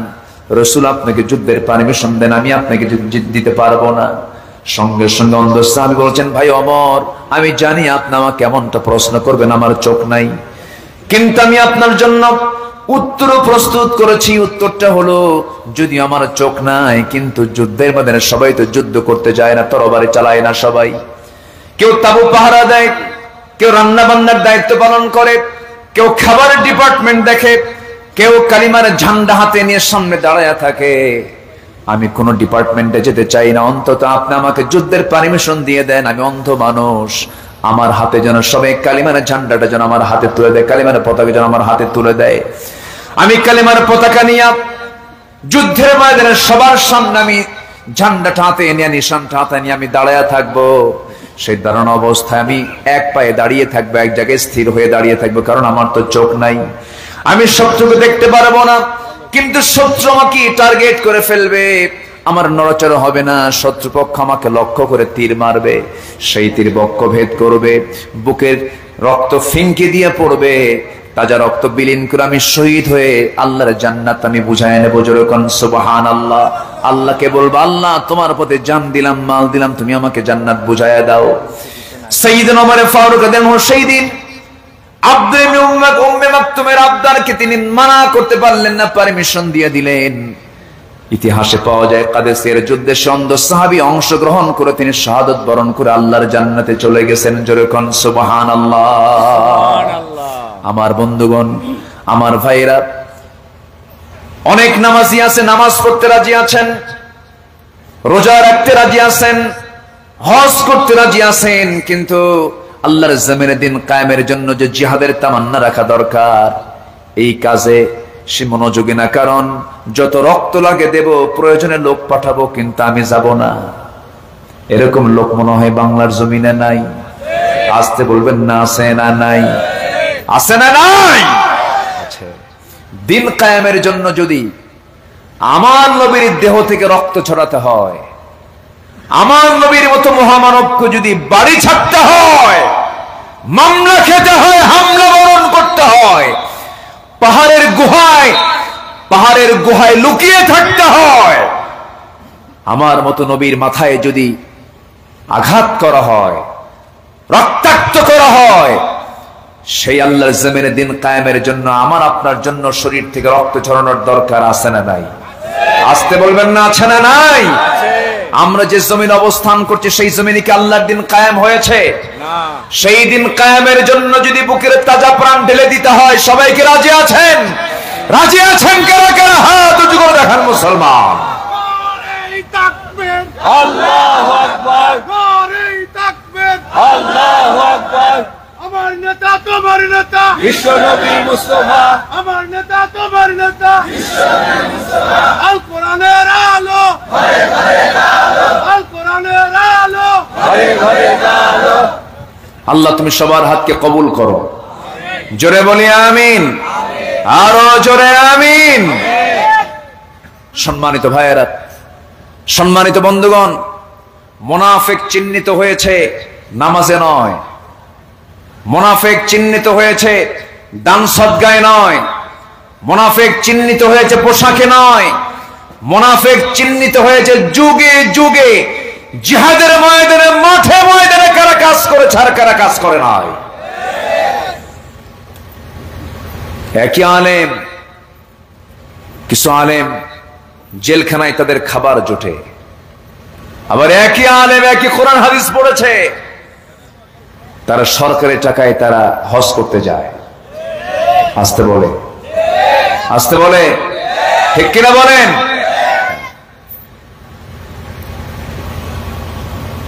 আবু হানিফা রাহমাতুল্লাহর নাম সবাই শুনেছেন। 8 বছর জেল খেটেছেন। তার যুগে কি আরো আলেম ছিল না? আজ থেকে তার যুগে কি আরো আলেম ছিল না? কিন্তু আবু হানিফার মৃত্যু হয়েছে বাড়িতে না জেলখানায়? বাড়িতে না জেলখানায়? জেলখানায়। কত বড় আলেম তিনি ছিলেন, আল্লাহু আকবার। তিনি বলেছেন, ইযা সাহহাল হাদিস ফাহুয়া মাযহাবি। কি উদার চিত্তের কথা! তুমি যদি কোনো সহিহ হাদিস পেয়ে যাও, এটাই আমার মাযহাব। আল্লাহু আকবার বলেন। আবার না বুঝে অনেকে আবু হানিফা রাহমাতুল্লাহকে গালিগালাজ দেন, না বুঝে, না জেনে, অথচ তার কথা প্রসিদ্ধ কথা, ইযা সাহহাল হাদিস ফাহুয়া মাযহাবি। যখন তুমি কোন হাদিস সহিহ পেয়ে যাবে, ওটাই আমার মাযহাব। আল্লাহু আকবার বলেন। কোন আলেম কখনো কৃপণ হতে পারে না, কিন্তু আমার দেশে উদার আলেমের পরিমাণ বেশি না কৃপণ আলেমের পরিমাণ বেশি? আলেমের মুখের ভাষা দেখে মনে হয় কি জানেন? আলেমের কিছু আলেমের মুখের ভাষা দেখে মনে হয় সুইপারদের মুখের ভাষার মতো, ঠিক কিনা? নোংরা আছে না ভাষা? কি নোংরা ভাষায় কথা বলে। একজন বড় আলেম কখনো এই জাতীয় কথা বলতে পারে না যে ও কি জানে, ও মূর্খ, ওর কি এলেম কালাম আছে। এই জাতীয় কথা একজন গভীর জ্ঞানী আমলওয়ালা একজন আলেম কখনো বলতে পারে না, ঠিক কিনা? করতো কোনো এলেমই নাই, ও জাহেল, ও মূর্খ। এই জাতীয় কথাগুলো একদম পাবলিক প্লেসে বলে ফেলে। হ্যাঁ, আপনি তাকে ভুল পাচ্ছেন, আপনি তাকে কাছে ডাকেন, পার্সোনালি আপনি তাকে ইনফর্ম করেন, তাকে আপনি তথ্য দেন, আপনি তাকে জানান, বলেন, বুঝান। কিন্তু একজন কয় গরু আর একজন কয় ছাগল। এই সমস্ত আচরণ আমার দেশের কিছু কিছু আলেমদের মুখ থেকে এগুলো কথাগুলো বের হয়, এটা অপ্রত্যাশিত, অকল্পনীয়। এটা আমরা কল্পনাও করতে পারি না, কিন্তু এই সমস্ত কথাগুলো কিছু কিছু আলেমদের মুখ থেকে বের হচ্ছে কিনা বলেন? এটা কি ইসলামের জন্য কল্যাণ না অকল্যাণ? কল্যাণ না অকল্যাণ? তারাবির নামাজ 8 রাকাত আর 20 রাকাত নিয়ে, এরপরে ফরজ নামাজের পরে মোনাজাত করার না করা নিয়ে, বেতের নামাজ 1 রাকাত আর 3 রাকাত নিয়ে, হাতে হাত বাঁধা, বুকে আর নাভিতে হাত বাঁধা নিয়ে এই সমস্ত বিষয় নিয়ে আজকে বাহাস দরকার, না সমাজে যাকাত চালু করে সুদ বন্ধ করার জন্য আন্দোলন করা দরকার?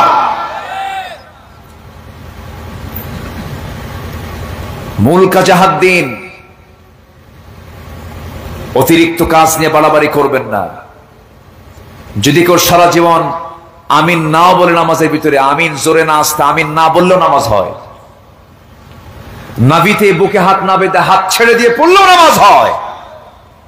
আমি বছর 7 আগে হজে গেছি 2015 সালে, ফার্স্ট সফর আমার 2009 সাল, 15 সালে আমি হজে গেছি। আমার সঙ্গে কিছু হাজি, জাস্ট আমার ফ্রেন্ড যারা ছিল, তো ওখানে কিছু মুসল্লি নামাজ পড়তেছে, নিয়ত বেঁধেছে আল্লাহু আকবার বলে 2 হাত ছেড়ে দিয়ে বসে আছে। তা আমারে বলে যে হুজুর এটা আবার কেমন নামাজ, ও তো নিয়তই বাঁধে নাই। তো বললাম তুই কি এটা বাংলাদেশ পাইছিস নাকি? এটা বাংলাদেশ না, গোটা পৃথিবীর সকল মুসলমান এসে এখানে নামাজ পড়ে। কেউ হাত বেঁধে নামাজ পড়ে, কেউ বুকে হাত বাঁধে, কেউ নাভিতে হাত বাঁধে, কেউ হাত বাঁধেই না, কেউ আমিন আসতে কয়, কেউ আমিন জোরে কয়। এটা ইসলামের সৌন্দর্য। যে যে সুন্নাহকে মানে এটা নিয়ে গন্ডগোল করার কোনো কিছু নাই, ঠিক কিনা? বড় আফসোসের বিষয়, ওজন মাপে ওজন, এলেমের ওজন মাপে, ওর এলেম কতটুকু, ওর এলেম কতটুকু। বুঝবা, ধীরে ধীরে বুঝবা। সম্মানিত ভাইয়েরা, সম্মানিত বন্ধুগণ, আমরা যে সিচুয়েশন, আমরা যে অবস্থায়, আমরা অবস্থান, যে অবস্থানে আমরা আছি এই মুহূর্তে, যে সিচুয়েশনকে আমরা অতিক্রম করছি, যদি আমরা এক না হতে পারি, যদি আজকে মুসলমান যদি একটা ঐক্যের প্ল্যাটফর্মে না আসতে পারে, আমরা কোন প্রজন্মকে, আমরা আমাদের প্রজন্মকে কোন জাতির সামনে, কাদের সামনে রেখে যাচ্ছি, বড় চিন্তার বিষয়, ঠিক কিনা বলেন? আমার প্রজন্ম, আমার সন্তানরা কাদের দ্বারা প্রভাবিত হবে, এটা আজকে প্রশ্ন হয়ে দাঁড়িয়েছে। অতএব এই প্রিন্টিং মিডিয়ার মধ্য দিয়ে, কি বলে, এই স্যাটেলাইট মিডিয়ার মধ্য দিয়ে, অনলাইন প্রযুক্তির মাধ্যম দিয়ে আমি বিশেষ করে জগতের শ্রেষ্ঠ সন্তান আলেম ওলামাকে এটাই জানাতে চাই, এই ক্রান্তি লগ্নে ছোটখাটো মাসলা মাসাইলের দিকে না গিয়ে অনলাইনের ফেসবুক লাইভে এই সমস্ত বাহাস টাহাস না কইরা আসন্ন সকল ছোটখাটো ভেদাভেদ ভুলে গিয়ে ঐক্যের প্ল্যাটফর্মে এসে ঐক্যের প্ল্যাটফর্ম তৈরি করে আসল তাগুতি শক্তির বিরুদ্ধে আমরা মোকাবেলায় ঝাঁপিয়ে পড়ি। এটাই হবে আমাদের জন্য এই সময়ের উত্তম সিদ্ধান্ত। আমরা দিলটাকে উদার করার চেষ্টা করি। ভাইরে, নিজের চেয়ারের দিকে এখন তাকানোর সময় নাই। সম্মানিত ভাইয়েরা, কোরআনের পাখির নাম সবাই জানেন।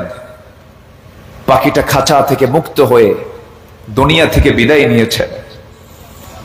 13টা বছর মানবতর জীবন যাপন করেছেন। বলেন তো, এই ব্যক্তির দ্বারা এই জাতির কল্যাণ হয়েছে না অকল্যাণ হয়েছে? কল্যাণ হয়েছে না অকল্যাণ হয়েছে? তিনি ছিলেন গোটা মুসলিম উম্মার আদর্শ একজন মুসলিম তৈরি করার কারিগর। সে লোকটার মৃত্যু হলো বাড়িতে না জেলখানায়? বাড়িতে না জেলখানায়? অনেক শেখার আছে, অনেক বোঝার আছে। আকলমন্দ ইশারা বাসাত, সচেতন ব্যক্তির জন্য ইঙ্গিতটাই যথেষ্ট। কাউকে ছাড়বে না। আজকে গোল টুপিকে ধরেছে, কালকে লম্বা টুপিকে ছাড়বে না। আজকে কাটা পাঞ্জাবিকে ধরছে, কালকে জুব্বাওয়ালাকে ছাড়বে না। আজকে এই তরিকাকে ধরছে, ওই তরিকাকে ছাড়বে না। আগামীকালকে কাউকে ছাড়বে না। মুসলমান হচ্ছে ওদের প্রধান দুশ্মন, কাউকে ছাড়বে না তারা। এই জন্য আমাদের এক হওয়ার দরকার আছে না নাই? আসতে বলবেন, এক হওয়ার দরকার আছে না নাই? সম্মানিত ভাইয়েরা, কথা তো অনেক পড়ে আছে। আমি মূল আয়াতের দিকে আস্তে আস্তে আমরা চলে যাচ্ছি। আবার আমরা জিকির করবো এই জন্য কার? জিকিরের 2 নম্বর অর্থ হলো সালাত। জিকিরের 2 নম্বর অর্থ কি? সালাত। সবাই কি নামাজ পড়তে রাজি আছি? সবাই নামাজ পড়ি তো ইনশাআল্লাহ? নামাজ পড়ি না? 5 ওয়াক্ত নামাজ পড়বেন কারা কারা একটু হাত তুলে দেখান। জোরে বলি ইয়া আল্লাহ, আরো জোরে বলি ইয়া আল্লাহ। আমাদেরকে 5 ওয়াক্ত সালাত আদায় করার তৌফিক তুমি আল্লাহ দিয়ে দাও। জোরে বলি আমিন, আরো জোরে আমিন, আরো জোরে আমিন। আল্লাহ কবুল করো, আল্লাহ কবুল করো। নামাজ এটা একটা জিকির। আল্লাহ রাব্বুল আলামিন সূরাতুল জুমার ভিতরে বলেন, ইযা নুদিয়া লিস-সালাতি মিন ইয়াউমিল জুমআতি ফাসআউ ইলা যিকরিল্লাহি ওয়া যারুল বাই'a যালিকুম খায়রুল লাকুম ইন কুনতুম তা'লামুন। যখন তোমাদেরকে নামাজের জন্য আহ্বান করা হয় সেই সময় তোমরা কি করবে? ফাসআউ ইলা যিকরিল্লাহ, তোমরা জিকিরের জন্য রওনা দিয়ে দাও, চলে যাও। নামাজ এখানে জিকির, জিকির অর্থ নামাজকে বলা হয়েছে। আবার নামাজ যখন আদায় হয়ে গেল, নাম্বার 3 অর্থ হলো ফাইদা কুদিয়াতিস সালাতু ফান্তাশিরু ফিল আরদি ওয়াবতাগু মিন ফাদলিল্লাহ ওয়াযকুরুল্লাহা কাসীরান লাআল্লাকুম তুফলিহুন। যখন নামাজটা আদায় হয়ে গেল, নামাজ আদায় হওয়ার সঙ্গে সঙ্গে তুমি নামাজ শেষ করে বাইরে বের হবে, সেই সময় জেনে রাখবে ওয়াযকুরুল্লাহা কাসীরা, সেই সময় তুমি আল্লাহর জিকিরটা আরো বেশি করে করবে। কারণ নামাজ শেষ হলে তুমি ব্যবসার জায়গায় এসে বসবে, ওজন করার সময় তুমি স্মরণ করবে কাকে? আল্লাহকে স্মরণ করলে ওজনে কম দেবে না সমান দেবে? আস্তে কমে, ওজনে কম দেবে না সমান দেবে? দেওয়ার সময় সমান দেবে, নেওয়ার সময়ও সমান নেবে, বেশি নেওয়ার চেষ্টা করবে না। এটা আল্লাহর জিকির। এটা কি আল্লাহর জিকির? আমরা জিকির মানে কি উল্টা পাল্টা বুঝি, অথচ আল্লাহ রাব্বুল আলামিন জিকির বলতে কি বুঝায় দিচ্ছেন? বান্দা শোনো, সমস্ত হুকুম হাকাম মানতে গিয়ে আমার হুকুমকে মানবে, এটাও তোমার জন্য জিকির। আল্লাহ তাআলা আরেক জায়গায় বলছেন, ইন্না ফি খালকিস সামাওয়াতি ওয়াল আরদি ওয়া ইখতিলাফিল লাইলি ওয়ান নাহার লাআয়াতিন লিউলিল আলবাব الذين يذكرون الله قياما وقعودا وعلى جنوبهم ويتفكرون في خلق السماوات والأرض ربنا ما خلقت هذا باطلا سبحانك فقنا عذاب النار। জোরে বলুন আল্লাহু আকবার। আসমান এবং জমিন সৃষ্টিতে দিন এবং রাতের আবর্তনে যারা চক্ষুষ্মান, যারা সচেতন, তাদের জন্য বহু শিক্ষা আছে, নিদর্শন রয়েছে। এবং এই সমস্ত গবেষণাগুলো করে যে বান্দা আল্লাযীনা ইয়াযকুরুনাল্লাহা কিয়ামান ওয়া কুউদান, যারা জিকির করবে আল্লাহ তাআলার দাঁড়িয়ে থেকে, বসে থেকে, শয়নে স্বপনে, ওয়া ইয়াতাফাক্কারুন, এবং যারা ফিকির করবে, যারা গবেষণা করবে। আল্লাহ তাআলা শুধু জিকিরের কথা বলেছেন তা কিন্তু নয়, ফিকির করতে বলেছেন। আসমান বানিয়েছেন কে? জমিনটা বানিয়েছেন কে? 7 সমুদ্র বানিয়েছেন কে? এই সমস্ত সৃষ্টি নিয়ে গবেষণা করতে বলছেন কে? বিজ্ঞানী হওয়ার জন্য বলছেন কে? আমার দেশে বিজ্ঞানী বেশি না মুফতি বেশি? মুফতি বেশি। হ্যাঁ, আমার দেশে বিজ্ঞানী বেশি না মুফতি বেশি? আল্লাহ কি বিজ্ঞানী হতে বলেন নাই? বিজ্ঞানী হতে বলেন নাই? ওয়াতাফাক্কারুনা ফি খালকিস সামাওয়াতি ওয়াল আরদ, যারা আসমান এবং জমিন নিয়ে যারা ফিকির করে, গবেষণা করে। সম্মানিত ভাইয়েরা, সকল জ্ঞান বিজ্ঞানে ইতিহাস অনেক লম্বা হবে, কথা বলা অনেক লম্বা হয়ে যাবে। সকল জ্ঞান বিজ্ঞানে প্রাথমিকভাবে যে শেকড় রচনা হয়েছে সব মুসলমানদের দ্বারা। আল্লাহু আকবার বলে। কোন জায়গায় কোন শিক্ষার দিকে যাবেন, কোন জ্ঞানের দিকে যাবেন আপনি? জ্যামিতি, বীজগণিত, অঙ্ক, ম্যাথমেটিক্স, চিকিৎসা, রসায়ন, জ্যোতির্বিদ্যা, জ্যোতির্বিদ্যা, আপনি কোন দিকে যাবেন, আপনি কোন দিকে যাবেন? আপনি প্রত্যেকটা শিক্ষার প্রাথমিক শিকড় মুসলমানরা রচনা করেছে। আল্লাহু আকবার বলেন। ইবনে সিনা, ইবনে খালদুন, আল খারাজামি, নাসিরউদ্দিন তুসি, গোটা পৃথিবীতে তারা প্রাথমিকভাবে তারাই অবদান রেখেছেন। আজকে মুসলমান কোরআন গবেষণা করে খুঁজে পায় কি জানেন? কোরআন গবেষণা খুঁজে পায় হলো রসুল নূর না মাটি। রসুল নূর না মাটি।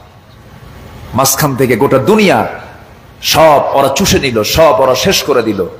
মুসলমান আমাদের জেগে ওঠার দরকার আছে না নাই? আসতে বলবেন না, আছে না নাই? জিকিরও করব, ফিকিরও করব। জোরে বলি ইনশাআল্লাহ, জোরে বলি ইনশাআল্লাহ। তাহলে জিকিরের মোটামুটি আমরা চারটা অর্থ একটু ভাঙ্গাচোরা ভাবে শুনলাম। এখন এই জিকিরটা আমরা করব, কিন্তু জিকির থেকে যদি আমরা নিজেকে গুটিয়ে রাখি, ফলাফল হলো দুনিয়ার জিন্দেগি তার জন্য সংকীর্ণ করে দিবেন কে? মানে দুনিয়াতে আমি সুখ পাবো না, পরিবারে সে সুখ পাবো না, সমাজে সুখ পাবো না, কোথাও সুখ পাবো না। বলেন তো, সত্যি করে বুকে হাত দিয়ে বলেন তো, আমরা কেউ কি ভালো আছি? আসতে কয়, কেউ কি আমরা ভালো আছি? বাড়িতে কোরআন তেলাওয়াত হয়? কই কই হয়?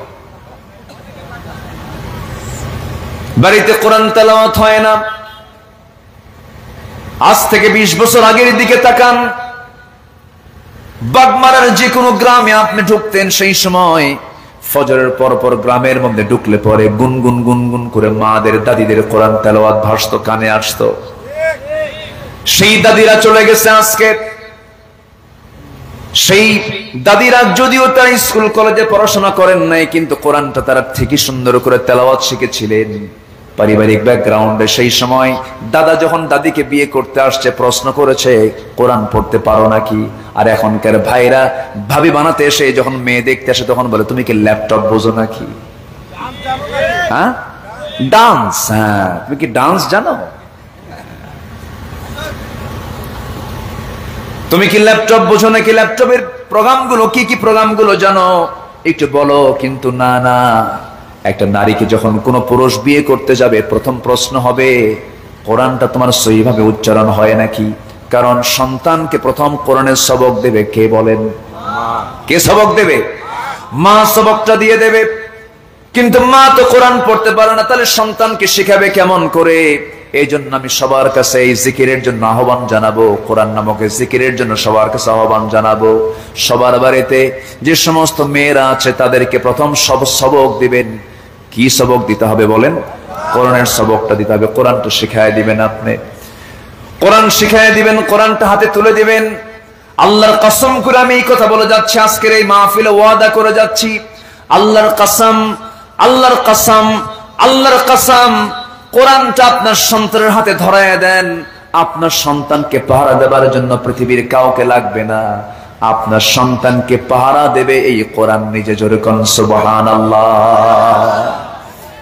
এই জিকির ছাড়া কোনো উপায় নাই। এই জিকিরকে যদি আপনি বাদ দিয়ে দেন, ভয়ঙ্কর একটা কথা আল্লাহ রাব্বুল আলামিন বলছেন, فَإِنَّ لَهُ مَعِيشَةً ضَنكًا وَنَحْشُرُهُ يَوْمَ الْقِيَامَةِ أَعْمَى। আল্লাহ বলছেন, তুই যদি এই কোরআন থেকে নিজেকে গুটিয়ে রাখিস, সেই জিকির যদি বাদ দিয়ে দেস, আমি তোকে কিয়ামতের দিন অন্ধ করে তুলবো, কানা করে তুলবো। কি ভয়ঙ্কর! নাউযুবিল্লাহ। বান্দা কিয়ামতের দিন চোখে দেখবে না, অন্ধ হয়ে উঠবে। সেই দিন আবার ওই বান্দাগুলো আল্লাহকে প্রশ্ন করবে, ক্বালা রাব্বি লিমা হাশারতানি আ'মা ওয়া ক্বাদ কুনতু বাসীরা। আল্লাহ, তুমি আজকে আমাকে কেন অন্ধ করে তুলেছো? আমি তো চক্ষুওয়ালা ছিলাম, আমার তো চোখ ছিল দুনিয়াতে, তুমি আমাকে অন্ধ করে কেন তুললা? আল্লাহ জবাব দিবেন, ক্বালা কাযালিকা আতাতকা আয়াতুনা ফানাসিতাহা। ও বান্দা, আমি তোমার কাছে আমার আয়াতগুলো দিয়েছিলাম, কিন্তু আয়াতগুলো থেকে তুমি নিজেকে দূরে রেখেছিলে, তুমি ভুলে গিয়েছিলে আয়াতকে। ভুলে যাবার কারণ আজকে আমি তোমাকে ভুলে গেলাম। কোরআনটাকে যদি তুমি না ভুলে, তুমি যদি কোরআনটাকে যদি মানতা, জিকিরটা যদি করতা, আজকেও আমি তোমাকে ভুলতাম না। কত ডেঞ্জারাস কথা! এই জন্য 1 সেকেন্ডের জন্য এই জিকির থেকে, কোরআন থেকে দূরে থাকার কোনো সুযোগ আছে নাকি? সুযোগ আছে? সুযোগ নাই। যারা জাতি থেকে কোরআনকে দূরে রাখার চেষ্টা করছে তাদের পক্ষে কোনো কথা বলা যাবে? যারা জাতিকে কোরআন থেকে দূরে রাখার চেষ্টা করছে তাদের পক্ষে কোনো কথা বলবো আমরা? তাদের দলে যাব আমরা? যাদের কাছে কোরআন অসহ্য লাগে, কোরআনের আইনকে যারা বিতর্কিত কথা বলে, কোরআনের বিরুদ্ধে কথা বলে, বিরুদ্ধে অবস্থান নেয়, ওরা বলে কোরআনের আইন নাকি মধ্যযুগীয় আইন, এই জাতীয় যারা কথা বলে ওদের মুখে জুতা মারা দরকার। সম্মানিত ভাইয়েরা, সম্মানিত বন্ধুগণ, আমরা ইমানের সমৃদ্ধি আনতে চাই, এই জিকিরের দরকার সবার পড়না, সবার আগে আমরা কোরআনটা শুনবো, কোরআন পড়বো, কোরআন মানবো, কোরআন বুঝবো, কোরআন আন্দোলন করব, কোরআনের আইন সমাজে বাস্তবায়ন করার জন্য আমরা আন্দোলন করব। জোরে বলি ইনশাআল্লাহ। এই আশাবাদ আমি সবার কাছে কামনা করতে চাই। আমি কি শেষ করে দেব? আমি কি আলোচনা চালাবো? আর কতক্ষণ শুনবেন আপনার আলোচনা? না না, ফজর পর্যন্ত? আচ্ছা ঠিক আছে, সবাই থাকবেন, আমি যাই। আর কি আধা ঘন্টা চালান। জি আর যদি মেহেরবানি করে কালেকশন, জি জি, শেষে যদি আচ্ছা জি ইনশাআল্লাহ। আমার সেলিম ভাই এই মাদ্রাসার দায়িত্ব নিয়েছেন, বলি আলহামদুলিল্লাহ। এই একটা লোক উঠবেন না কিন্তু। আমার দেশে আবার একটা ট্র্যাডিশন চালু আছে, চাইতে গেলে এমারে দৌড়। এটা খুব খারাপ একটা অভ্যাস। কেউ যাবেন না? একটু বসেন। হ্যালো, আসলে ফজর বলছেন, ফজর পর্যন্ত কিন্তু আপনারা অর্ধেকই থাকবেন না। ইতিমধ্যে এই যে পাশ ফাঁকা হয়ে গেছে, ওইদিকে ফাঁকা হয়েছে, এই জন্য আমরা আধা ঘন্টা চালাবো। এই আধা ঘন্টা মেহরবানি করে উঠবেন না, কথা দিলেন তো? আর যদি মনে করেন যে মানে আমি বিরক্ত জিনিসটা এলোমেলো পছন্দ করি না, যদি এলোমেলো করেন তাহলে এখনই শেষ করে দিই। তাহলে আধা ঘন্টা কেউ মেহরবানি করে উঠবেন না, আমরা ইনশাআল্লাহ 2টার মধ্যে শেষ করে দেব। সালাম আলাইকুম। জি, খুব কষ্ট দিয়ে ফেলতেছি মনে হয় আপনাদের, নাকি? কারো কোনো অসুবিধা নাই তো? আচ্ছা, বলি আলহামদুলিল্লাহ। জোরে বলি আলহামদুলিল্লাহ। তাহলে আমরা প্রস্তুতি নেব কি দুনিয়ার না আখিরাতের? দুনিয়ার না আখিরাতের? আখিরাতের প্রস্তুতির মধ্যে 1 নম্বর প্রস্তুতি হলো ফরজ লঙ্ঘিত কোনো গুনাহ আমরা করব না। জোরে বলি ইনশাআল্লাহ। ফরজ গুনাহ মানে যেগুলো ফরজ লঙ্ঘন হয়, নামাজ ছেড়ে দেওয়া কি ছোটখাটো কোনো গুনাহ? এটা ফরজ লঙ্ঘিত গুনাহ। রোজা বাদ দেওয়া কি ফরজ লঙ্ঘিত গুনাহ। বউকে পর্দায় না রাখা কি ফরজ লঙ্ঘিত। আস্তে কোন কেন? এটা কি ছোটখাটো গুনাহ নাকি? অনেকে নিজের বউকে সুন্দর করে সাজগুজ করায়া, বৈশাখে হোন্ডার পেছনে তুলে, হলুদ শাড়ি পরায়া, গোটা বাগমারা ঘুরাইয়া বন্ধু বান্ধবকে বলে, দেখো তো আমার বউটা দেখতে কেমন। আছে না নাই? আবার বিশেষ দিনে বউকে সুন্দর করে অর্ধলগ্ন করে ক্যামেরা দিয়ে ছবি তুলে ফেসবুকে আপলোড দিয়ে পোস্ট করে লেখে, প্রিয় বন্ধুরা আসুন আমার বউটাকে সবাই জামাতের সাথে দেখি। যেরকম নাউজুবিল্লাহ। এটা কি ছোটখাটো গুনাহ না ফরজ লঙ্ঘিত গুনাহ? ফরজ লঙ্ঘিত গুনাহ, মারাত্মক গুনাহ। এই সমস্ত কোন গুনার কাজে আমরা পা দেব না। জোরে বলি ইনশাআল্লাহ। আমার বাড়িতে আমার মেয়ে, আমার স্ত্রী, আমার মা, আমার বোন, তাদের দিকে আমাদের খেয়াল করার দরকার আছে না নাই? আসতে বলবেন না, আছে না নাই? তারা পর্দা করবে না, আমি হব দায়ুস। আমি হব কি? দায়ুস হয়ে যাব। আর দায়ুস লা ইয়াদখুলুল জান্নাহ, দায়ুস কখনো জান্নাতের গন্ধ পাবে না। তাহলে ওরা করবে অপরাধ, এটার দায় নিতে হবে আমাদের। এজন্য ভাই হিসাবে, স্বামী হিসাবে, তারপরে কি বাবা হিসাবে অবশ্যই আমাদের দায়িত্ব সবার জন্য, সবার মধ্যে আছে না নাই বলেন তো? আছে। আল্লাহ তাআলা পর্দার বিষয়ে একাধিক আয়াত কোরআনে কারীমের মধ্যে দিয়েছেন। আখিরাতের প্রস্তুতি নেওয়ার জন্য বিশেষ করে ফরজ লঙ্ঘিত কোনো গুনাহ, বিশেষ করে 5 ওয়াক্ত নামাজ মাদেরকে সুন্দর করে বুঝায়া বলবেন। যে স্ত্রী আপনার নামাজ না পড়ে আপনার রান্না বান্না তৈরি করবে, আপনি একটা চাপ দিয়ে ফেলবেন, দেখো বেনামাজির হাতের রান্না আমি খাবো না। যদি আপনি সিরিয়াস হয়ে যান, দেখবেন আপনার পরিবার এমনি ঠিক হয়ে গেছে, বলি আলহামদুলিল্লাহ। কিন্তু কিছু কিছু স্বামী আছে বউকে বেপর্দায় রাখাটাকেই পছন্দ করে, আসতে বলে, আসে না নাই বলেন তো, আসে না? আচ্ছা, এটা নোংরামি, এটা অত্যন্ত নোংরামি কাজ, বেহায়া মানুষের কাজ এগুলো, এগুলো আমরা করব না। নাম্বার 2 হলো নিয়তের বিশুদ্ধতা আমরা আনবো। যে কোনো কাজ আমরা করব আগে নিয়ত থাকতে হবে, আমি কার জন্য করছি, আসতে বলবেন না, কার জন্য করছি, নিয়তের বিশুদ্ধতা আনতে হবে। বুখারীর প্রথম হাদিস, ইন্নামাল আ'মালু বিন্নিয়াত, গুরুত্বপূর্ণ একটা বিষয়। কিন্তু অনেক আলেম ধরা খেয়ে যাবে, অনেক দানবীর ধরা খেয়ে যাবে হাসরের ময়দানে। অনেক দেখবেন অনেক বড় বড় মুজাহিদ যারা দিন কায়েমের জন্য দুনিয়াতে, আমরা সবাই জানি তিনি জিহাদ করেছেন, শহীদ হয়েছেন, কিন্তু কিয়ামতের দিন আল্লাহর আদালতে ধরা খেয়ে যাবে। আল্লাহ বলবেন, না তুই আমার জন্য শহীদ হস নাই, তোকে আজকে জাহান্নাম যেতে হবে। এই জন্য নিয়তের বিশুদ্ধতা নিয়ে আমাকে আপনাকে চলতে হবে, যেন কোনো প্রকার রিয়া না থাকে। নাম্বার 3, ব্যক্তিগত জীবনে নবীর ব্যবহারিক জিন্দেগির অনুসরণ করতে হবে এবং জীবনের সকল জায়গায় সবচাইতে সব সময়ের জন্য খুব কাছে আনতে হবে একটা মডেল, তিনি হচ্ছেন মুহাম্মদুর রাসূলুল্লাহ।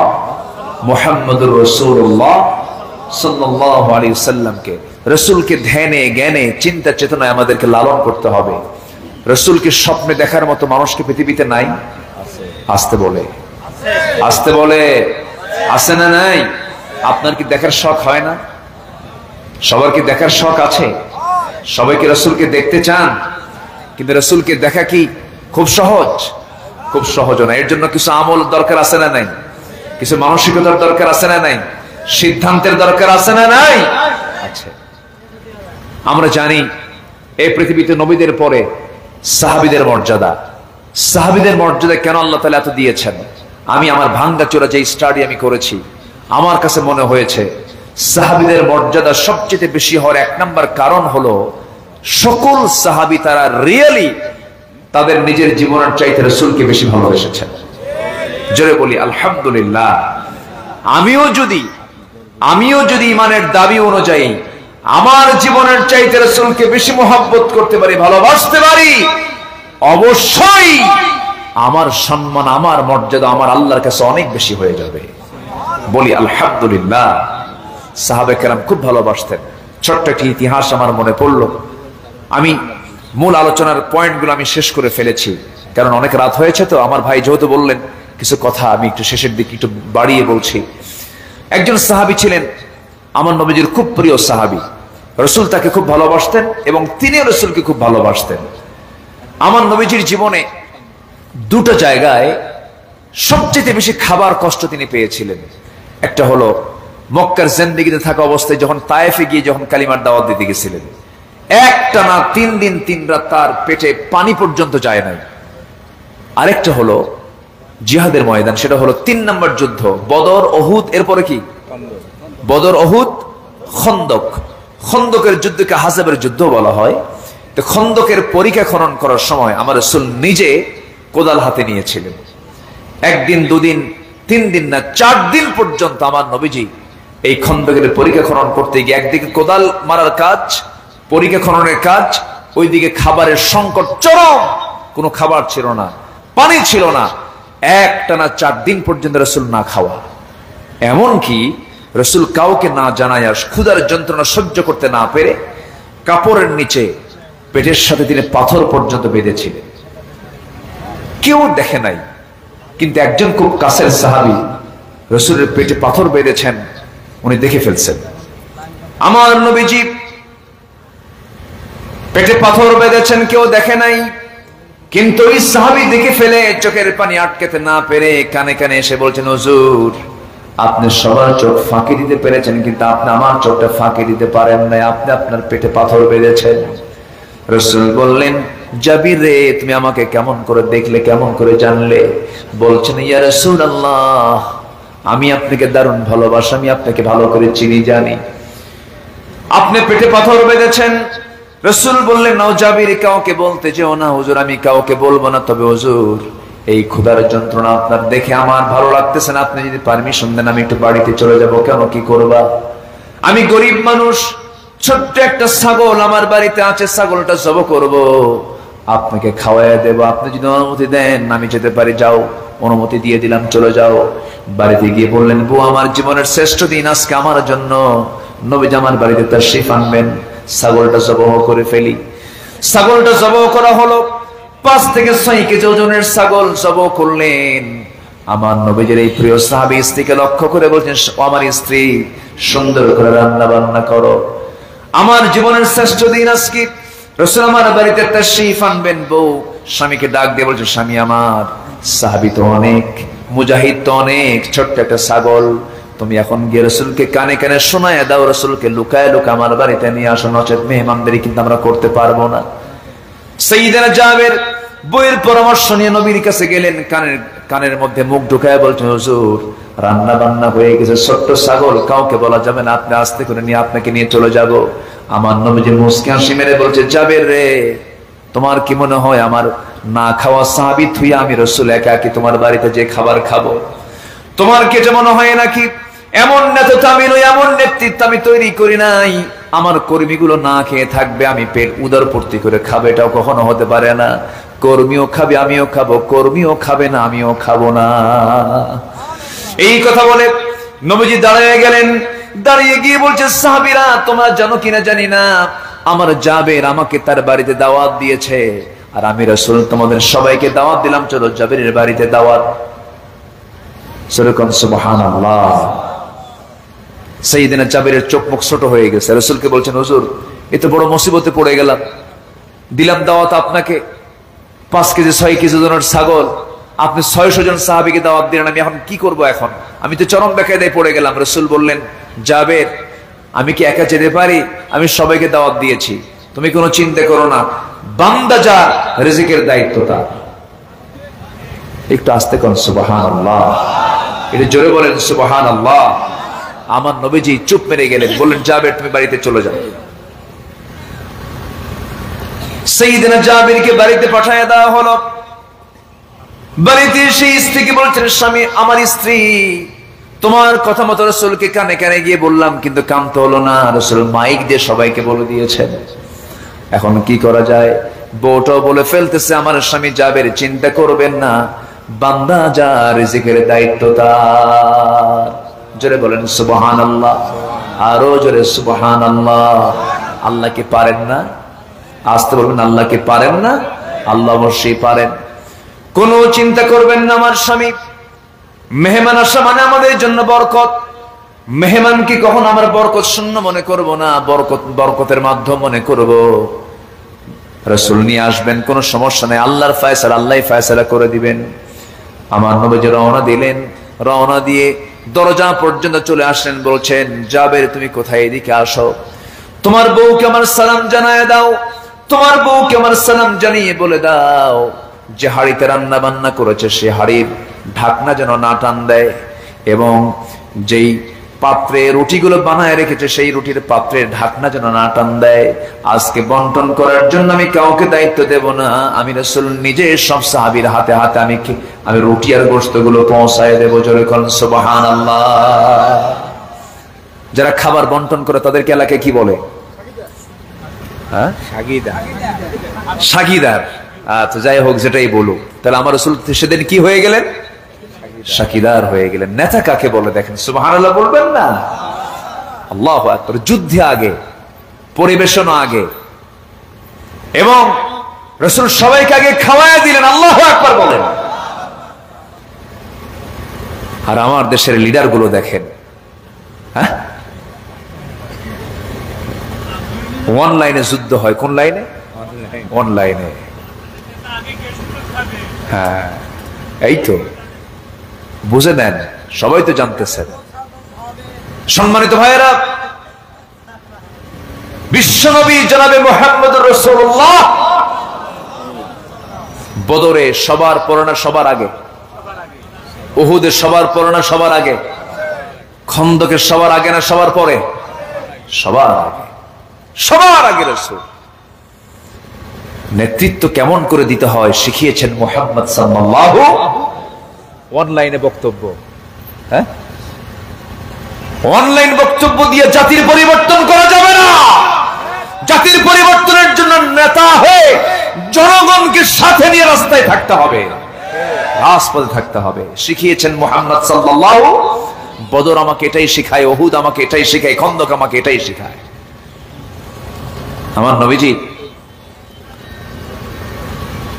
সব সাহাবী কিনে দরজায় হাজির হলেন, পাতিরের কাছে চলে গেলেন, বিসমিল্লাহ বলে ফু দিলেন।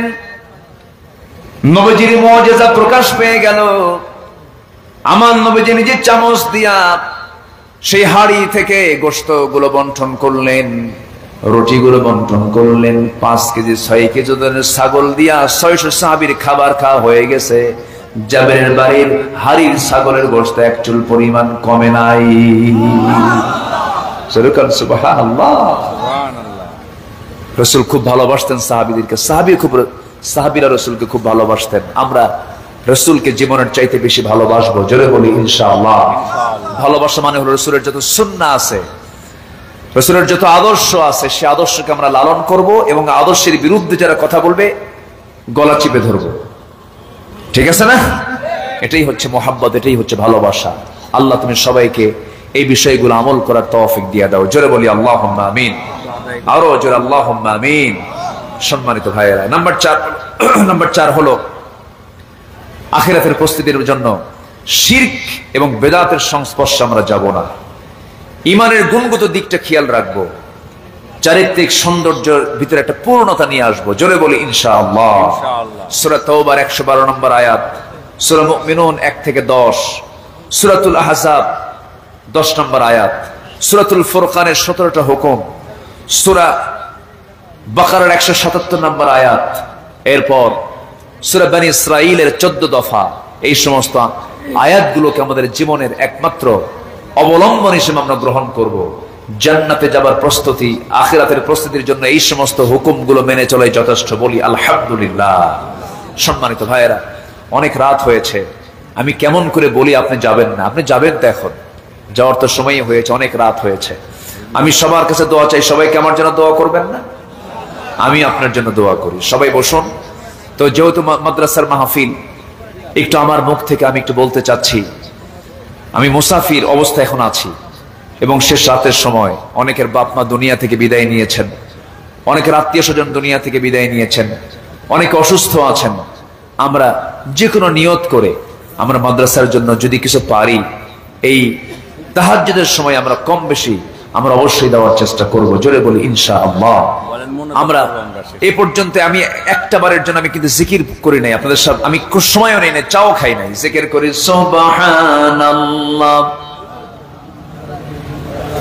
তেলাওয়াতের আবেদন আছে। আচ্ছা, এক মুরব্বী মাদ্রাসার জন্য দিয়েছেন 2000 টাকা, আল্লাহ কবুল করো, নেক নিয়ত মঞ্জুর করো, আব্বা আম্মাকে মাফ করো, জোরে বলি আল্লাহুম্মা আমিন। আরো জোরে আল্লাহুম্মা আমিন। আচ্ছা জি, এই এত রাতে জি আরেকজন ভাই দিয়েছেন 3000 টাকা, আল্লাহ কবুল করো, নেক নিয়ত মঞ্জুর করো, আব্বা আম্মাকে মাফ করো, জোরে বলি আল্লাহুম্মা আমিন। জি, আর একটু জিকির করি, জিকিরের তালে তালে দেখি আমরা হয়তো নতুন অনেকে এসেছি, একটু চাদর যাবে, আবার চিরুনি অভিযান হবে। কি অভিযান? চিরুনি অভিযান। যে যা পারি আমরা সবাই একটু দেওয়ার চেষ্টা করবো। জিকির করে সুবহানাল্লাহ আলহামদুলিল্লাহ লা ইলাহা। হুজুর উজ্জ্বল হুজুর 1000। আচ্ছা, আমাদের উজ্জ্বল ভাই তিনি দিয়েছেন কিছু টাকা, আল্লাহ কবুল করো, নেক নিয়ত মঞ্জুর করো, আব্বা আম্মাকে মাফ করো। জিকির করি আল্লাহ আল্লাহ আল্লাহ আল্লাহ লা ইলাহা। মনোজাত করবেন না, তাহলে বলেন। যে দোয়া হবে, কেউ না উঠি, যাদের আব্বা আম্মার প্রতি মহব্বত আছে, দরদ আছে, একটু দোয়াটা করি আমরা একসঙ্গে দোয়া করি।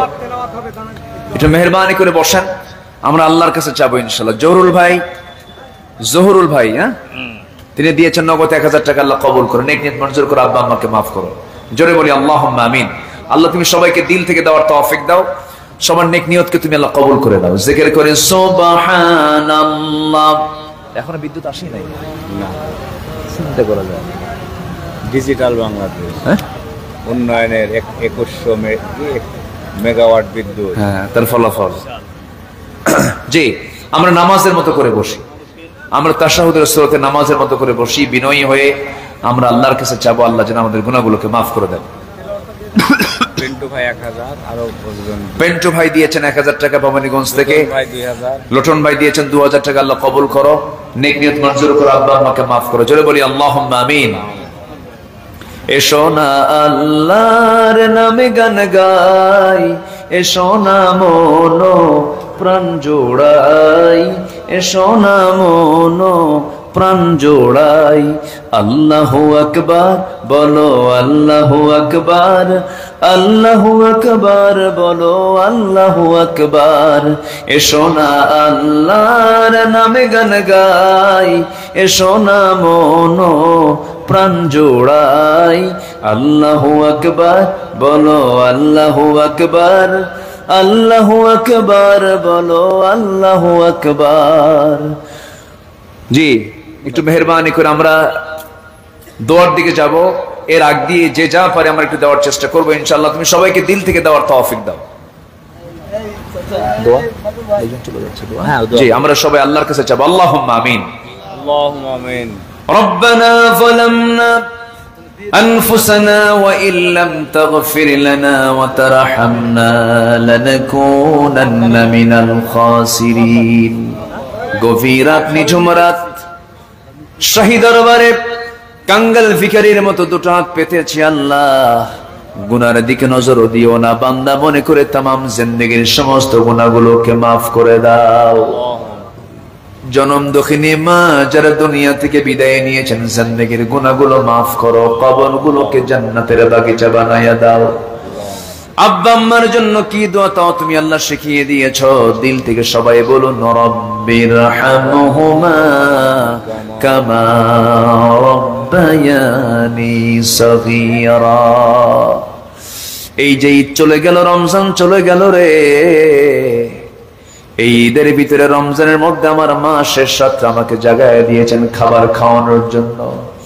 ঈদের দিন গোসল করাইয়া দিয়া, নতুন পাঞ্জাবি পড়াইয়া দিয়া, আতর সুরমা লাগাই দিয়ে বাবার হাতে তুলে দিয়েছেন আমারে। সেই মা সেই বাবা আজকে দুনিয়া থেকে অনেকের বিদায় নিয়েছেন। দিনগুলো আসে, বাবার কথা মনে হয়, মার কথা মনে হয় রে। আব্বা আম্মা যারা চলে গেল, জিন্দেগীর গুনাহগুলো মাফ করো, কবরগুলোকে জান্নাতের টুকরা বানাইয়া দাও। আব্বা আম্মার জন্য কি দোয়া তাও তুমি আল্লাহ শিখিয়ে দিয়েছ। আওয়াজ দিয়ে সবাই বলুন, রব্বিরহামহুমা কামা রব্বায়ানি সগীরা, রব্বিরহামহুমা কামা রব্বায়ানি সগীরা। আল্লাহ তাআলা বিশেষ করে এই মাহফিলের আয়োজন যারা করলেন, শোনার জন্য দূর দূরান্ত থেকে যারা আসলেন, বিনিময়ে কিয়ামতের কঠিন ময়দান, যেদিন কেউ কাউকে চিনবে না, এমনকি মা সন্তানকে পর্যন্ত স্বীকার করে বসবে, যেদিন মানুষ কাঁদতে কাঁদতে চোখের পানিগুলো ফুরে যাবে, চোখ থেকে রক্ত বের হওয়া শুরু হয়ে যাবে, সেই কঠিন মুসিবতের দিনে মাহফিল সবার জন্য নাজাতের মাধ্যম তুমি আল্লাহ বানায় দিও। আমার সেলিম ভাইকে কবুল করে নাও, মাদ্রাসাকে কবুল করো, শিক্ষক ছাত্র কমিটির ভাইদেরকে তুমি আল্লাহ দয়া করে কবুল আর মঞ্জুর করে নাও। আয় আল্লাহ তাআলা, আশেপাশে কত মাইয়াত শুয়ে আছে, কবরবাসী হয়ে আছে, এতিমের মতো অসহায় হয়ে পড়ে আছে, কবরবাসীর জন্য দোয়া করি। যারা ইমানের হালাত নিয়ে দুনিয়া থেকে বিদায় নিল রে আল্লাহ, কবরগুলোকে তুমি আল্লাহ জান্নাতের বাগিচা বানায়া দাও। আয় আল্লাহ তাআলা, দুনিয়া থেকে কোন দিন বিদায় নেব জানি না। ও আল্লাহ, কারো বাবা গেছে, কারো মা গেছে, কারো ভাই গেছে, কারো বোন গেছে, আত্মীয় স্বজন দুনিয়া থেকে বিদায় নিয়েছে। আমি একদিন দুনিয়া থেকে বিদায় নেব রে। তোমার কাছে একটাই প্রার্থনা করি, আমাদের হিসাবটাকে কঠিন না করে সহজ করে দিও। আল্লাহুম্মা হাসিবনি হিসাবান ইয়াসিরা। আয় আল্লাহ তাআলা, মুসলমানদের প্রতি তোমার খাস রহমত নাজিল করো। তোমার নাম দাও বাইতুল আকসাকে তুমি আল্লাহ মুসলমানদের হাতে তুলে দাও। ফিলিস্তিনকে বাঁচাও। ইহুদি খ্রিস্টানদের সকল ষড়যন্ত্র থেকে তুমি আল্লাহ মুসলিম উম্মাহকে হেফাজত করো। আয় আল্লাহ তাআলা, কোন দিন দুনিয়া থেকে বিদায় নেব রে জানি না, তবে যেদিন মরে যাব টান মেরে ঘর থেকে বের করে দিয়ে জীবনের শেষ গোসলটা করায় দেবে, বাঁশ চাপা দেবে, মাটি চাপা দেবে, 24 ঘন্টা যাবে না মাথার চুলগুলো খসে খসে পড়বে, 3 দিন যাবে না চামড়াগুলো গলে গলে পোকার পেটের খাবার হবে, মাত্র 7টা দিন ও আল্লাহ পেটের নাড়িয়ে পড়ি সব চোখ মুখ কান নাক দিয়ে বের হওয়া শুরু হয়ে যাবে, কিম্বুত কি মাকার চেহারা হয়ে যাবে। এই তো দুনিয়ার নিয়ম রে আল্লাহ। সে অন্তিম সময়ে যখন চলে আসবে জমানে জারি করে দিও লা ইলাহা ইল্লাল্লাহু মুহাম্মাদুর রাসূলুল্লাহ। আসসালামু আলাইকুম ওয়া রাহমাতুল্লাহি ওয়া বারাকাতুহু। আচ্ছা নাম বলে দিলে টাকা লাভ টাকা